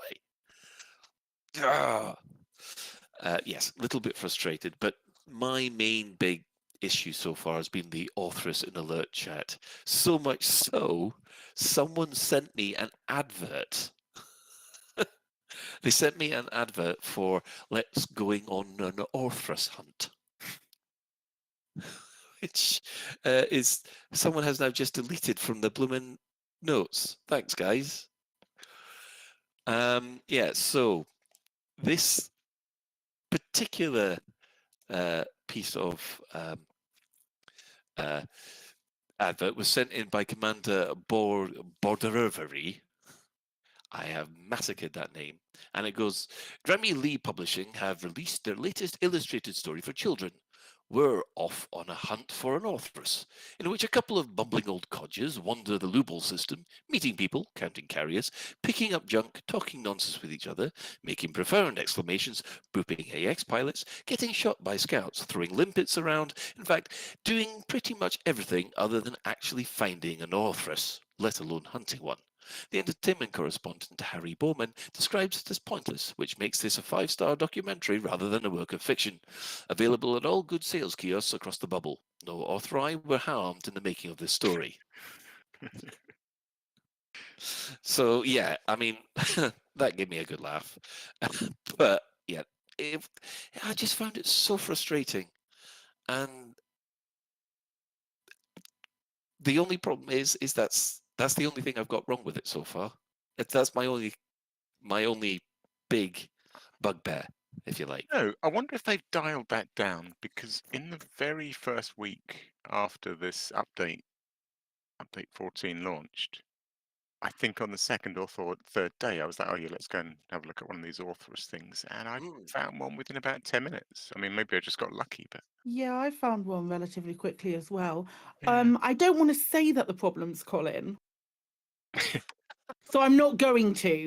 No, I will say, look, I will say this, because around about New Year, when just when all this was happening, I think I must have been lucky then, because I managed to get 2 alert systems. I was jumping between the 2, and I was getting that threat 4 with a little salvage icon next to it all the time, and I was able to get in, and I managed to learn that the fact that you don't go in there with just AX cannons, because you won't get the shield down in time.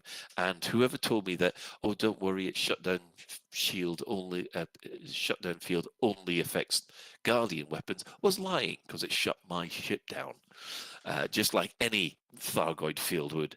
And so basically, my 2 encounters were absolute disasters, and I went and specifically engineered my crate mark to go look for one.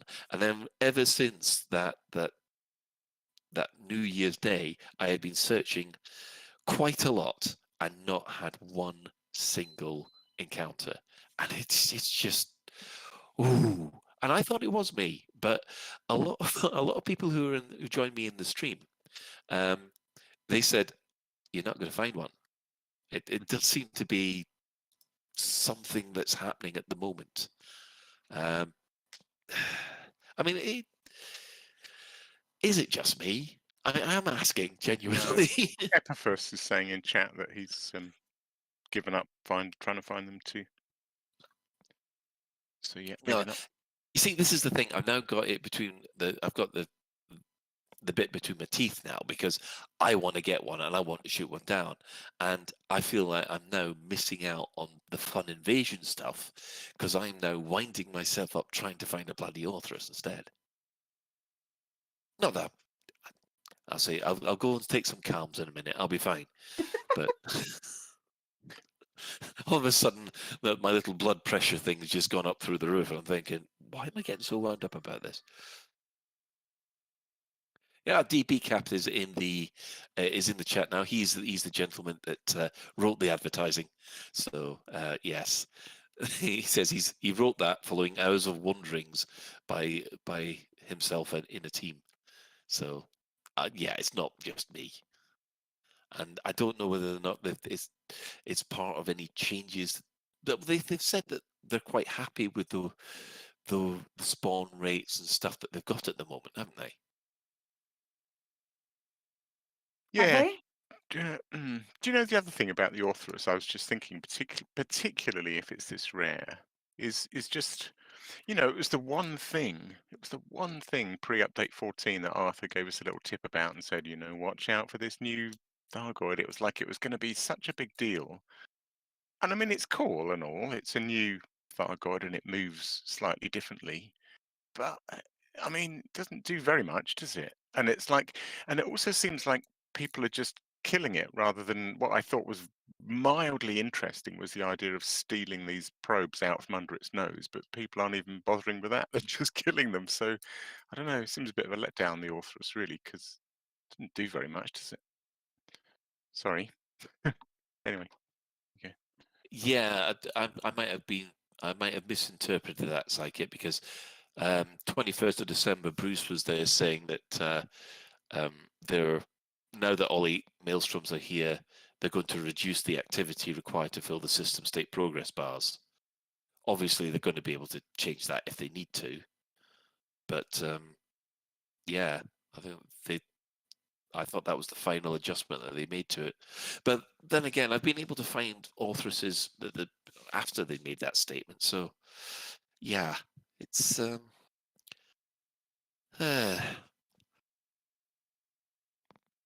when we get the tools, when we get the tools to be able to scan it maybe a little bit more, as Cyberdummy's saying in chat, I'm assuming that they're the next thing that's on their way. Hopefully not from Azimuth. Hopefully they'll come from some other group of people. Maybe Professor Palin might step up and say we want to do more scans or we want to do more science. So let's do more science with better scanners, which will give us more information and then will allow us to progress further within the ongoing Thargoid threat, etc., etc., etc. That might be quite cool. Yeah, you know what? I would love it if we could bait an Orthrus. So basically, you can fly out somewhere with a Thargoid probe or some some escape capsules, and then drop them somewhere, and then wait to see whether or not the Orthrus arrives. Bait it with a Grelix, says Elvis Kremen. I mean, that would be good. They don't eat the Grelic. They don't. No. That was something you tried, wasn't it? Yeah, it was something like really early on. Yeah, I remember that being such a promising idea. I was really excited during There that was stream, thinking, there this was has got so to much do stuff. something. It's too good. There was so much stuff we were really excited about doing, and then yeah, it's very much hit kind of a dead end with the Orthuses at the moment, because there are vocal groups who honestly have the best interest of humanity at heart, who are very, very much of the opinion, oh, just shoot it and kill it, and then it'll make it go away. And that's kind of like, are we missing something? Is there something huge that we're going to miss by not doing that, or delay our access to by doing that kind of thing? Yeah, I mean, has anybody just dropped a normal Guardian relic, not a I am Grelic? almost 100% certain that I have. And nothing. No, the only things that they will eat if you drop for them, if there isn't one already in sight, is a probe. So if you, for example, you can nab the probe before they get there, or if you drop a probe, if you drop into it and there's no probe, and it's one of the ones where the Orthrus is coming. Well, this was back along when I did it, and this was quite a while ago. But if there's an Orthrus coming in, you can drop a probe and it's interested in the probe, but that is it. I've not seen anything else be done. I'd love to be proved wrong on that. I'd love someone to get some sort of reaction from something else. That'd be amazing. Right, I see. Well, Ben hasn't got anything to add to. I think we've covered all his points. I think. So, I mean, overall, the impression that everybody's got about the Thargoid War so far has been overwhelmingly positive, apart from what I've been saying.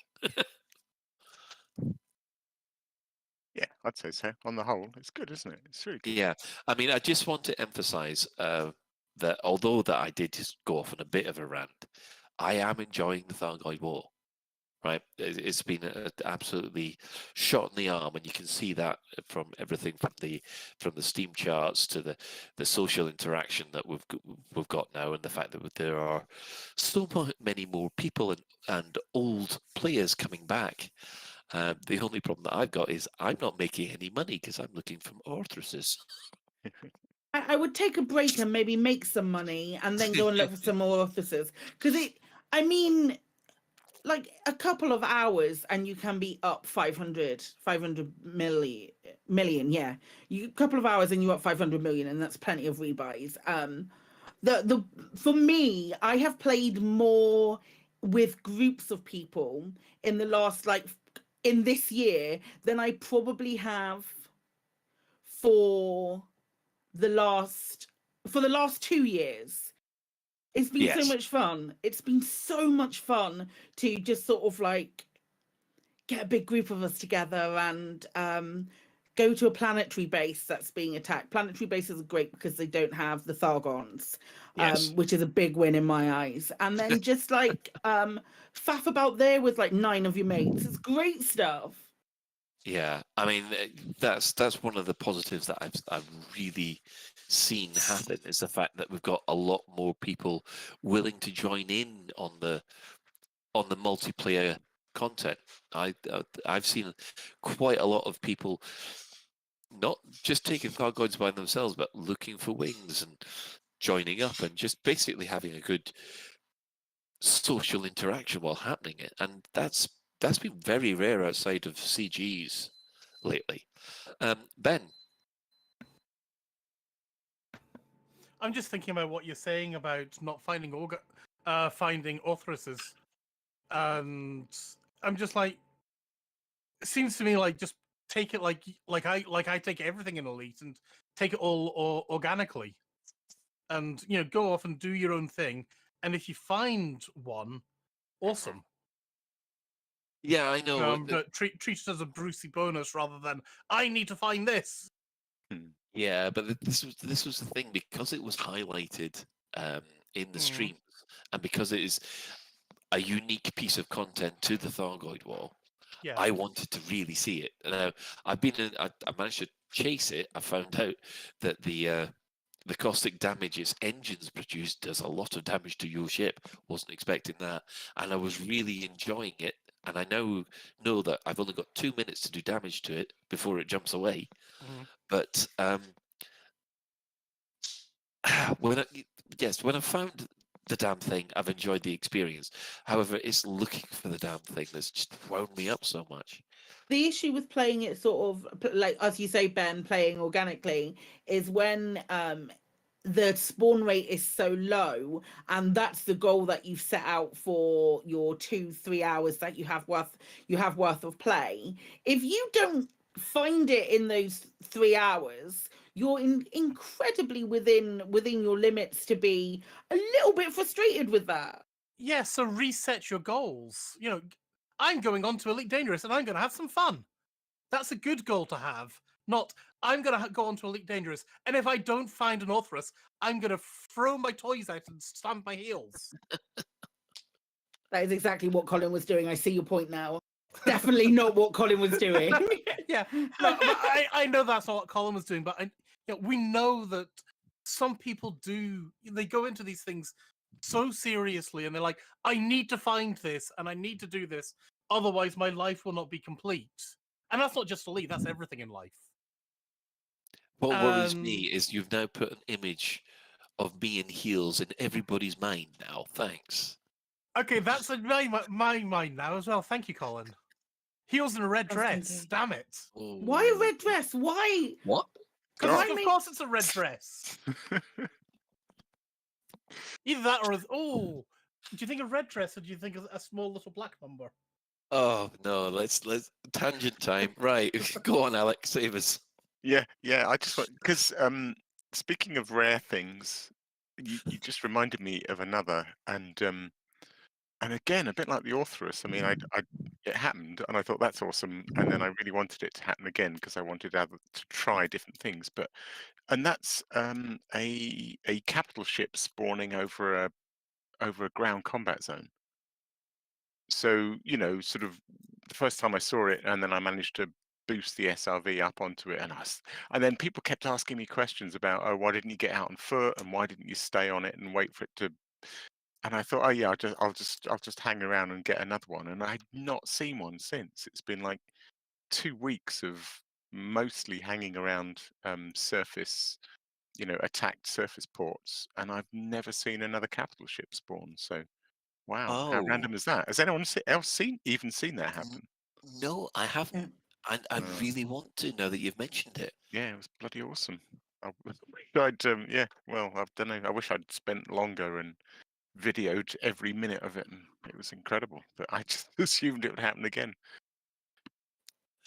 Oh dear, the chat room is. I think we've traumatized the chat room, guys. We can only images of you in a red apologise. dress and heels. Yes. Right. Well, that has been a bit of a conversation killer. Right. Well, overall, the Thargoid War is a fantastic experience. I think they're just after some small tweaks. The one thing that got me, I think, a little bit is the fact that I think when they put these kind of requests for feedback up, they only really take sort of the first couple of pages and just let the rest of the thread run for ages. Because I know that they wanted the same kind of feedback about engineering, and that was years ago. And they took basically, I think, the first 2 pages and didn't shut the thread down, and it just ran and ran. In fact, it's run for more than a year now, and people are still posting to it. And do you think these kind of threads, when they've got enough feedback, do you think they just say, right, let's cut it off? I think they're still paying attention to what's being said there. Right. Well, that's fair enough, I suppose. It's just the impression I got from Bruce's post on sort of like day 2 of it, that they've got a lot to go on with. But yeah. This is the other thing that I'm going to go off on a little bit of a tangent here. I mean, with the rest of the Thargoid War kicking off, has anybody else taken advantage of the additional cash that you can get for plant scanning? Yes, that's funny. I just posted in chat actually because I saw people were discussing. Oh, did you? And I was just going. I was just agreeing with people there that actually, with the caveat that I'm only really killing scouts and occasionally tagging someone else's interceptor kill. But yeah, if I sit down to do 2 hours of elite, including travel time to get somewhere where I might get a few first discoveries, I make way more money doing exobiology than Thargoid fighting. But it's what's fun to you, isn't it? I mean, but if you're after the money, yeah, go for the plants. Yeah. Well, you see, the plants, I find going plant scanning to me is like going fishing in other MMOs. It's a nice, relaxing, it's quite chilled. diversion. It's very chill. But I guess if you're after the full-on excitement of a Thargoid battle, then you ain't going to go plant scanning, or the excitement of trying to take down an Authoress. Okay, that's the last time I mention it. Honest.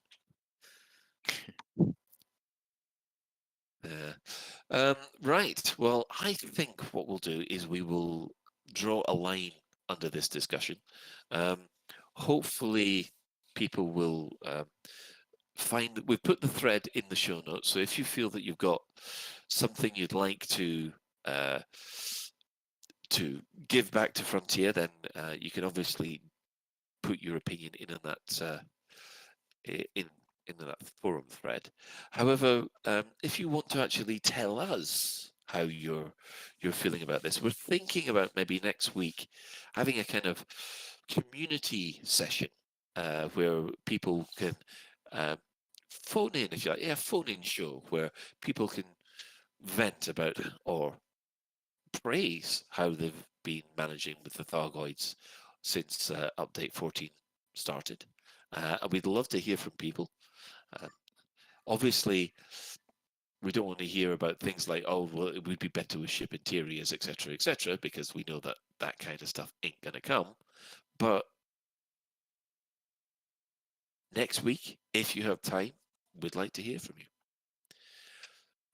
And with that, we'll move on to the community corner. Right, well, the community corner this week, we have a couple of interesting things. Surprisingly enough, everything is anti-Xeno related. It's as if there's a war on. Well, first up, we've got to give a shout out to the DCOH.watch website. Now, this is where we get most of our stats from that I read out earlier for the Thargoid War update. The DCOH Overwatch is a project developed and maintained by Commander Dark Session in collaboration with the Defense Council of Humanity team, with special thanks to Commander LCU Newfool Like One and Cannon for the map feature. I take it everybody has been looking at this website over the last couple of weeks because I found it invaluable, especially that map.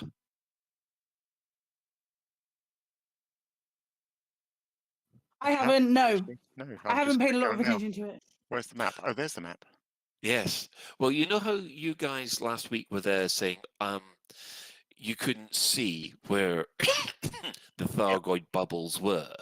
Well, using this map you can. And you can actually see, in this case, it's like the Thargoid maelstroms are like a claw all to the south of the bubble that are going to begin to close in. And it's quite fascinating because last week... that is cool.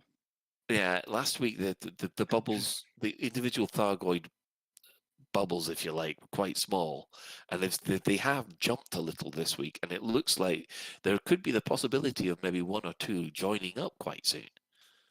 And this is one of the things that I've been saying when people think people have been saying, oh, we've managed to contain the Thargoid threat, and I'm there looking at this map going, no, we haven't. Where the heck are you getting this from? But yeah, if you want to see where the Thargoids are encroaching on our system, then we'll definitely point this one in your direction. Now, the next one is useful for anybody who is interested in taking on Thargoids. The Anti-Xeno Initiative have launched the Anti-Xeno Academy, and with it, they have included the Anti-Xeno tutorial video. Now, this is quite a long video, but it's really good, and it's broken down into different sections so that basically once you've been through it, you will be able to go back and refresh your memory by selecting the right passage and that kind of thing. I cannot recommend this enough because I have problems with the flat cannon. I completely agree that the flat cannon is very much a challenge to use, but without the help from that place, I would have no chance of even having a clue how to use it properly, because I was either exploding the flak early or too late, and I was damaging my own ship because I was that incompetent with it. Alec. Yeah, I just wanted to say that I watched this video. It's funny. I think I'm not alone in this. I generally have a bit of a cut-off, like at 10 minutes. If a video's sort of 20, 30 minutes, I'm like, oh, no. But I'd heard so many good things, I thought, oh, go on then, I'll give it a try. You know, that half an hour flew by. It's just so information dense as well. It's brilliant. It's really good. I take it no one else has seen that video then? I've heard good things. No, Okay. no, already. No, not at all, not at all. But I have heard good things. It's great.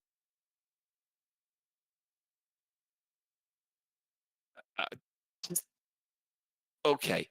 Well, we'll move on to an event which is happening on the 20th and the 21st of Jan. The Alliance and Independent Anti-Xeno Night. It is in locations near the Oya Maelstrom. It starts at 5 o'clock GMT and ends at 1 GMT. This is an event for independent and alliance-friendly commanders in particular, but Federal and Imperial guests are also welcome. Previous AX combat experiences not required. Owning several rebuys worth of credits before joining in on the fight would be advised. So on the 20th, the Alliance players are hosting a joint AX combat night. All interested pilots and squadrons are invited to join their operations. Now, this is taken from the event tracker on the player event tracker on the website. So if you wish, there you can join the Alliance of Independent System Discords server for the joint voice channels for coordination during combat. So yeah, that's what we're doing there. So I think we'll move on to mostly Clueless. Ben, do you want to take up Foz's story? Yeah, I can do that. All of a sudden, it sounds like we need the Simon Bates Our Tune in the background for this. Now, so the other day, well, earlier today, Foz was trying to get a grip with his controls. And, as all of us know, you've got the option for your pre-flight test. And he thought, you know what, this is a good idea to turn it on. It's a bit of a ball ache, because, you got to do up, down, left, right, A, B, and things like that. But it has the immersion, and it means he actually knows what his blooming settings are. Okay. So he thought, I'll turn this on. Off he goes to clean out some scavengers from a base. He gets planetside, he requests docking. Granted. Jumps out, starts making his way off there. And then he sees that the scavengers have turned the turrets on his ship. He's like, oh shit. And he's got to run back to his ship. Tries to get out of there. What's this? He's got a pre-flight test to do. He can't remember the keys. Oh shit, I can't skip it. Shields go down. Waste valuable trying to abort the pre-flight. If there's a button, he can't find it. And he can't find his keys. And he can't find how to get it. And sadly, not quickly enough, and away he goes. So yeah. If you're going to enable your pre-flight tests for immersion or for whatever reason, make sure you know your keys, and also maybe you want to know how you can turn it off. I don't know if there's a button to skip it, because I think I just okay, I've done that, and I have my keys, and it's fine. Can I clarify this really quickly? Yeah. Confirm there is an option in game that will allow you to, every time you get into your ship, do pre-flight checks. Yes. And Foster thought that this was a good idea to turn that on, given the fact that he was going to just be flying around doing maybe some nefarious acts, things along those lines. Yes. Yeah. What a Muppet! That's amazing! We have more Muppetry to tell for this evening, Psychic. I will prepare my what a Muppet key. So last night, when we were busy doing a raid, Colin was like, "Oh no, there's a Goliath skimmer around," and I'm like, "I've got a good idea. Instead of shooting the Goliath with my guns and taking it out the way that it's meant to be done, or my SRV, I'm going to jump into my SLF. I've got a lovely Taipan here. I'm going to take that out, and I'm going to shoot the Goliath with my Taipan. It'll be fun." My Taipan lasted about half a second flying over the base. I then went into my main ship, only to see that my shields were down at about 20% already, and didn't manage to get re-enabled or my hull repaired or anything like that before I also went off and died. Oh, it was sort of spectacular, though. It looked. It was, I mean, the fireworks must have been lovely for you lot. oh, I know. Me and Ralph were killing ourselves laughing Yeah. because we were running towards the base, and all we heard over the voice was, "It's not working. It's not work. Oh, I'm dead. Oh, I'm in my ship. Oh, I'm dying. I'm dead." And we just saw Ben being splattered and all sparkly figures all over the sky. It was I mean, amusing. it was very pretty. I mean, I think Oh, I had yes. every single gun and person with a pistol shooting at me. Can I ask a question? Yeah. Completely related. You'd got out in your ship launch fighter and not fared successfully within that journey, and then you got back to your ship. What ship were you in that had a ship launch fighter? I was in a crate. And its shields were already going down, and you couldn't get away because you wouldn't have been on the ground, would you? You would have been able to boost and fly away. Its shields were already very, very low by the time I died. So what was it? Let's hypothetical. What was it that stopped you from then being able to fly away because you couldn't have been on the ground? I was boosting away and I just couldn't escape in time. Okay, say it with me, gang. What a Muppet! So next time, as I learned, do things the way that Frontier intend them to do, not the way that you want to do them. No, it was science because I think in hindsight, I knew that an SLF can't target a Goliath, and in hindsight, I should have known that the base's defenses, although they ignore skimmers and things like that coming in and tearing up their base, they don't like anything overhead with guns, and they are rather powerful. I could have suggested that the limit on an SLF is about 10k, so basically retreat to about 7 or 8k away, so you're outside the fire zone. And then tell my guy to stay there. Yeah, tell your guy to stay there, and then go in the fighter and see how it goes. Yeah, whereas I think I told my guy just to stay with me. Colin, Colin, we're not looking for advice. This is our general Muppetry section. No, I'm telling him now how not to be a Kermit. I thought you were going to say a different word then. The thing is, though, I mean, if you can be boring for a second, I really wished that we could take our ships in and especially take our fighters in and do some kind of meaningful ground support, especially in an SLF. Well, you see, that's one thing that I think I'd like to try at some point is basically the idea of having your ship stand off, say, 10k away and come in on the fighter. But I do know that they do have flight. Yeah, but the fighter were going against you as well. So my SLF was targeted just as quickly because I don't think the game differentiates between a fighter and its mothership. Well, admittedly, there were at the time your ship had to deal with 3 police Vipers which were patrolling the top. Which were on combat air patrol. You had the Goliath open up. You had also the skimmer open up. Plus, you also had a couple of the anti-ship guns on the base because it was actually quite a big base we were raiding. Yeah.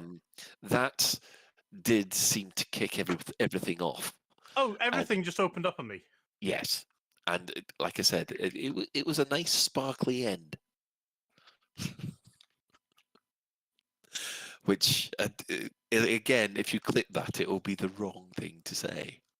But I have yet to add my Fozzie Bear to this Muppet show so far, because in relation to this, first of all, as we were watching Ben explode, I ran in, switched my shields on. We had to kill 22 pirates that had occupied this station.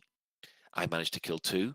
But because I was mission lead, basically I got shot down almost immediately.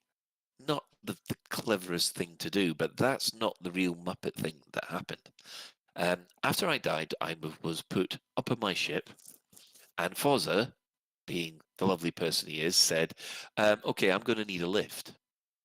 So I fly down there, and I'm there thinking, right, okay, we'll just pick Fozzer up, and off we go. And unfortunately, the way that the mission system is, even though I had failed the mission, the entire system, the entire station or outpost was still hostile towards Fozzer. So I land. Fozzer gets on. All of a sudden, every single gun that targeted Ben targeted me and Fozzer in that ship. I got, I think, maybe 500 meters off the ground before I too exploded in a nice sparkly way. Only I took Fozzer with me. So how much? Which particular Muppet is that then? That's great though. I love that. The minute a wanted person gets on your ship, you're wanted too. That's great. Yeah, I'm trying to work out whether I'm a Fozzie Bear or whether I'm a full Gonzo. Probably one of those off-brand Muppets. An off-brand Muppet? An off-brand Muppet. I don't know where that came from. I'm not even good enough to be a main Muppet. None of you are, to be fair. Oh, I'll be happy with Rolf the dog. So we don't have to. So, ladies and gentlemen, that is your mostly clueless section this week. I hope you learned. I hope you learned from our mistakes. I hope you've learned from our mistakes. But it was fun, even though we did. Me and Ralph were waiting half an hour on Fozzer, and we only had an hour. Can I just like gently summarize today's mostly clueless section? Yes. Do a think. What? Do a think. Do a think. Please. Before you do something, just go and think about it. Think about it a little bit before you take those jumps, before you accept those passengers, before you try and engage a Goliath with a ship launch fighter. In our defense, after this Muppetry, we then went off to Lave because, also for reasons that we couldn't figure out, even though we were about 500 light years away from Lave, Fozzer took a taxi to where we were.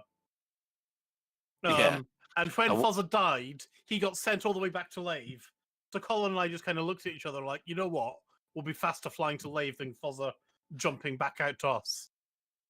So we did that, and then we did proceed to do a bunch of missions successfully in and around the Lave system, doing some defense for Lave radio and things. Very successfully, I think. Yeah, we were fine once we did a think.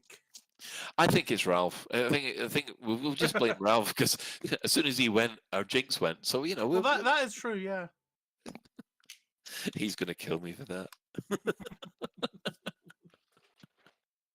Oh, the Chris Mark Force says the Jim Henson Company has been in touch.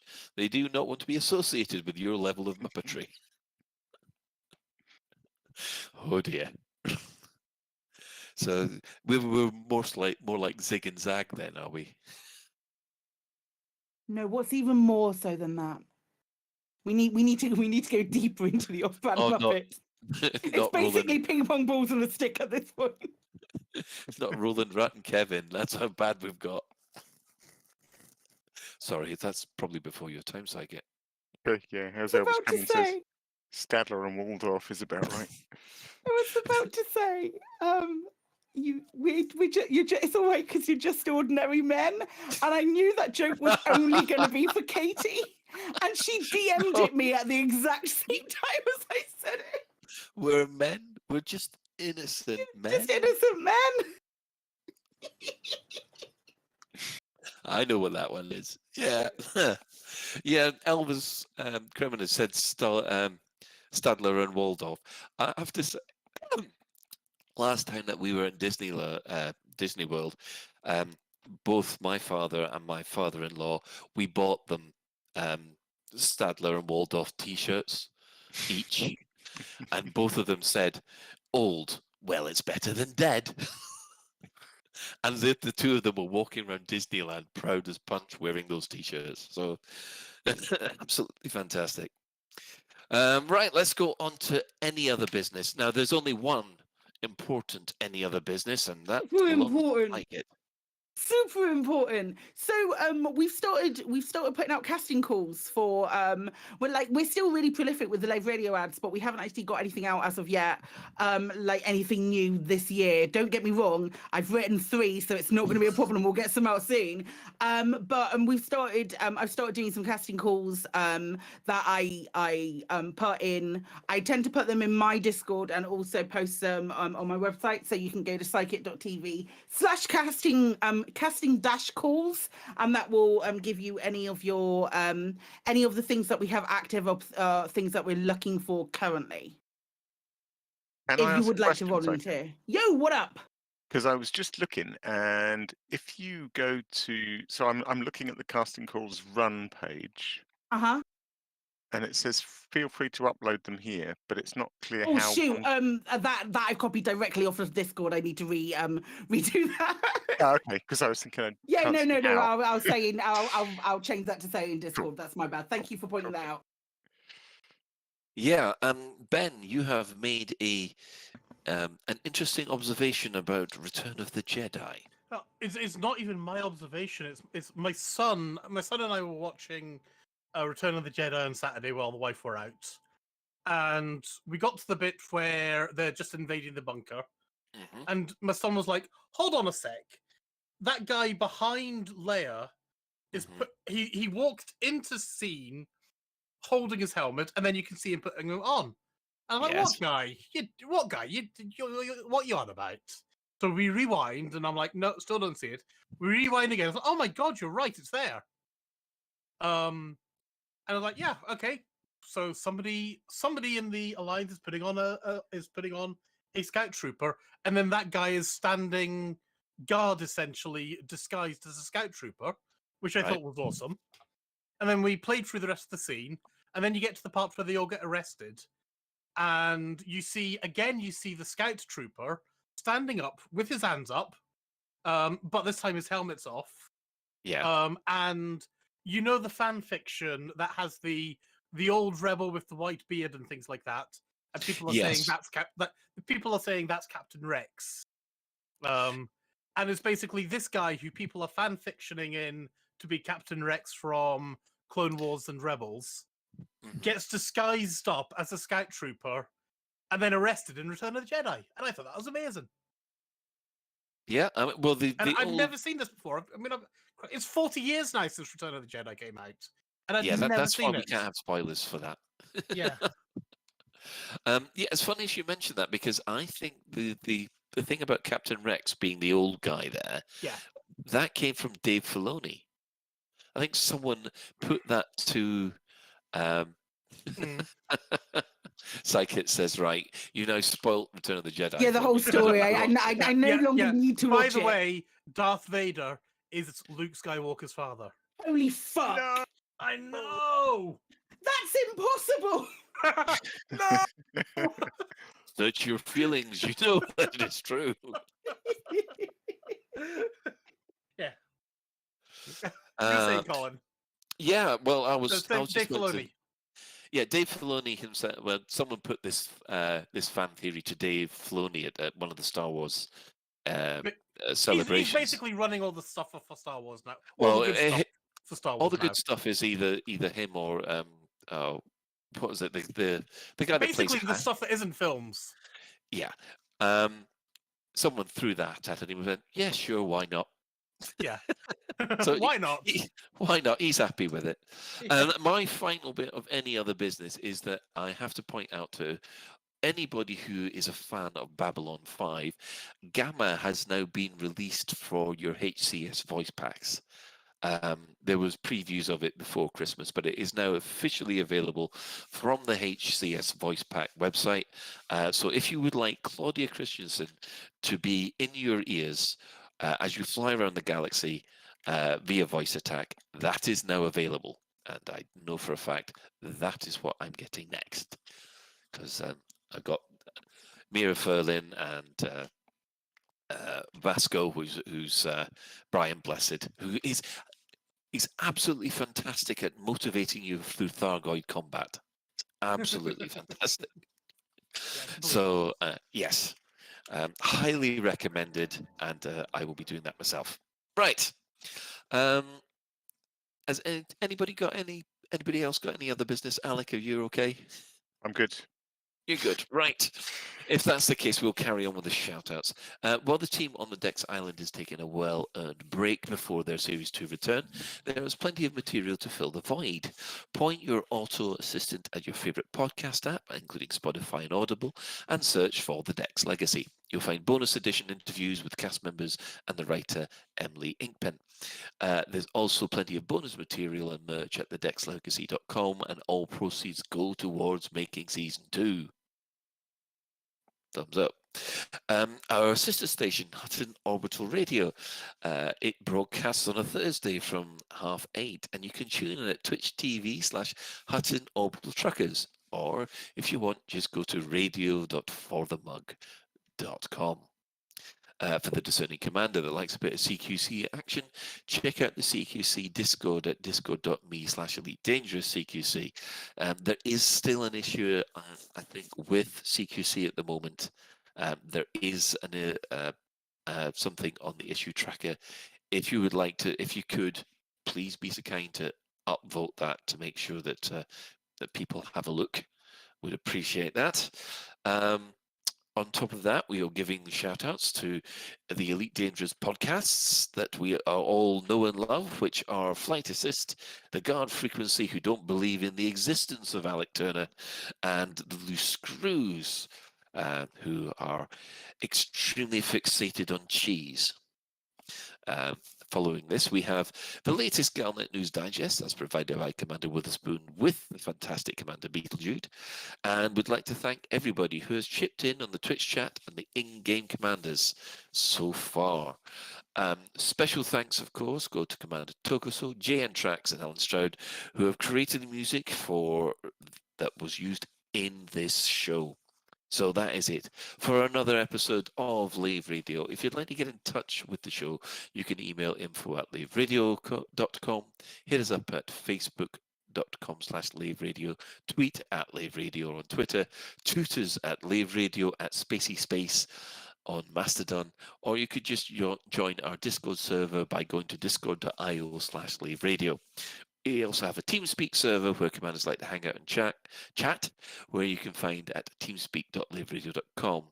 Do get in touch if you have any questions or if there's anything you'd like us to discuss in a future episode. And like and subscribe, because actually I have found out it does help with our YouTube and our Audible podcast catcher ratings. So if you'd like to just give us a thumbs up or a 5-star or even a 1-star, depending on how bad this has been tonight, especially that image about a red dress that Ben's put in everybody's head.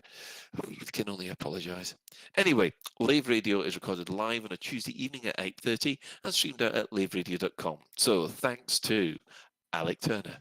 I don't exist. Ben Moss Woodward. No, I don't exist. And of course, Commander Psychic. I don't exist, and so's my wife.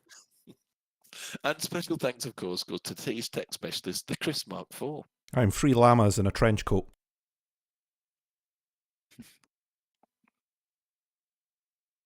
Until next time, Commanders, fly safe. And if you can't do that, fly dangerous.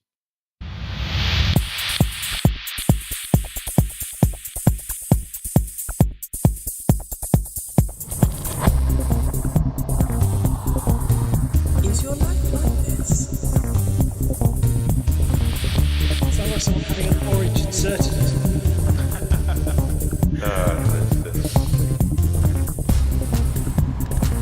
Need a safe word. Space can be lonely.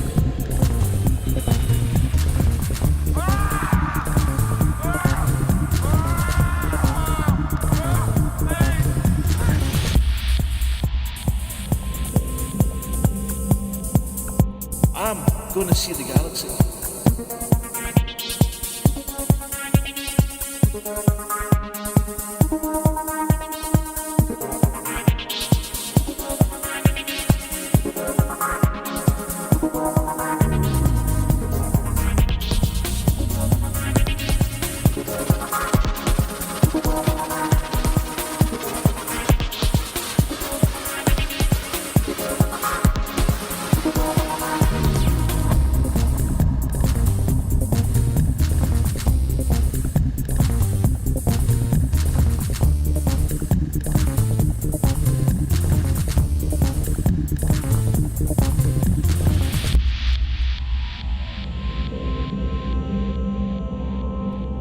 Ah, damn it. No worries, guys. Hold the fort for 2 seconds. I'll be right back.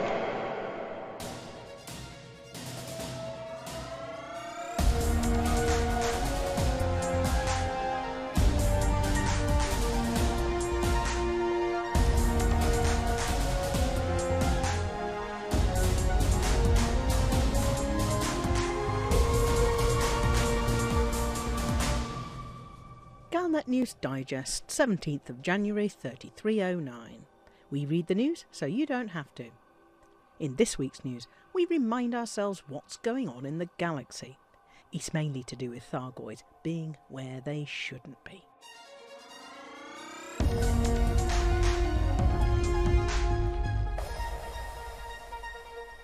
What's going on in the galaxy?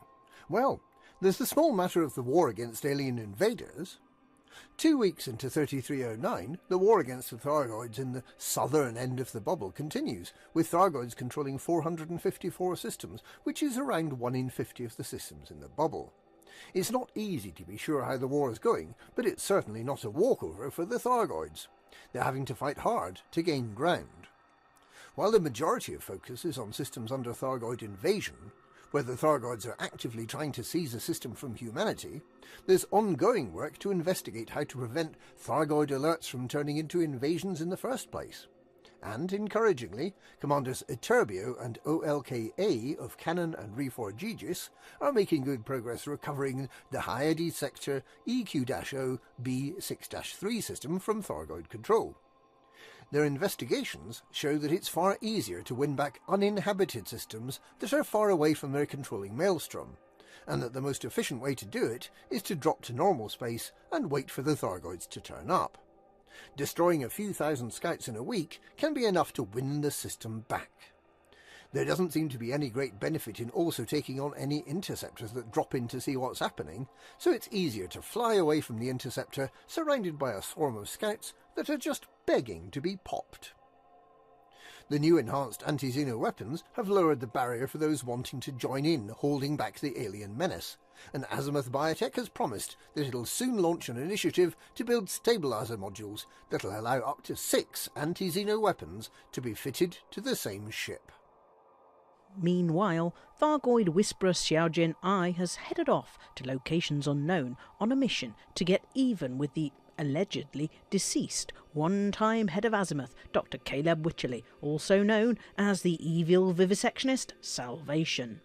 And the prismatic princess Aisling Duval is positively begging the Emperor to get behind a reformed Aegis, the one-time tri-superpower agency that gave us the very first anti-Xeno weapons, the ones recently enhanced by engineers Liz Ryder and Zachariah Nemo.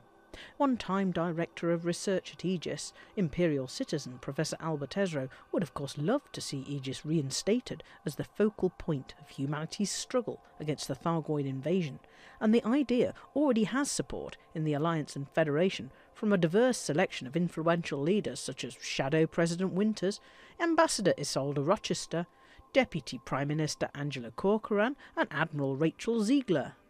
Engineers Ramtar and Professor Palin have been working with Tesro on the puzzles of the unclassified relics, or relics, and on trying to understand what the now departed Xiaojin I can tell us about Thargoid motivations and intentions. All they've made public so far is that the Thargoids have a definite achievable goal in what they're doing. It would be immensely helpful if we knew what it was. Federal President Hudson has helpfully pardoned Admiral Aidan Tanner, who was formerly the military liaison at Aegis. Tanner had been convicted of military insubordination after trying to prove that Salvation was up to no good. Hudson seems to have decided to issue a pardon partly because Tanner was right, but mostly because he needed Tanner to help coordinate the war against the Thargoids. Prime Minister Mann, worried that the Alliance was vulnerable to Thargoid attack following the dissolution of Aegis, last year entered into a mercenary arrangement with the Sirius Corporation for the protection of Sirius territory.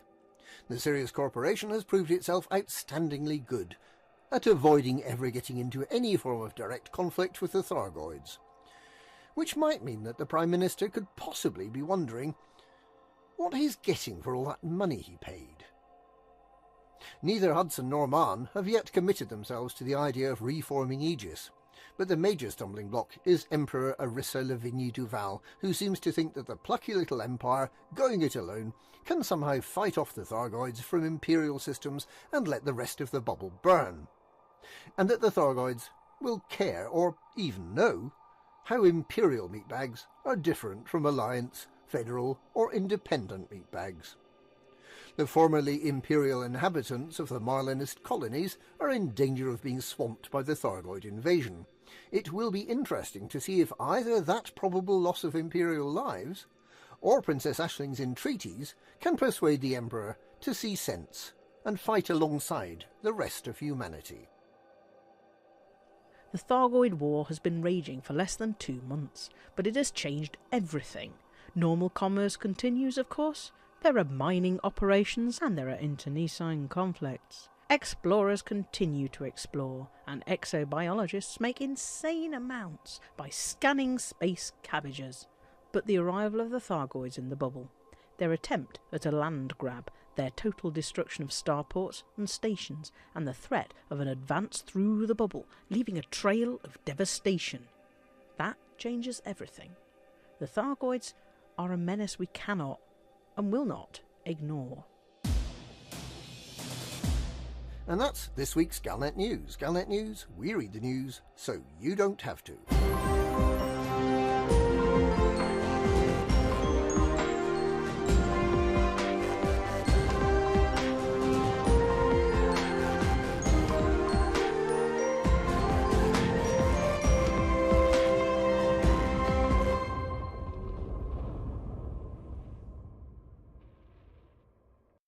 You can bugger off and you can keep on buggering off.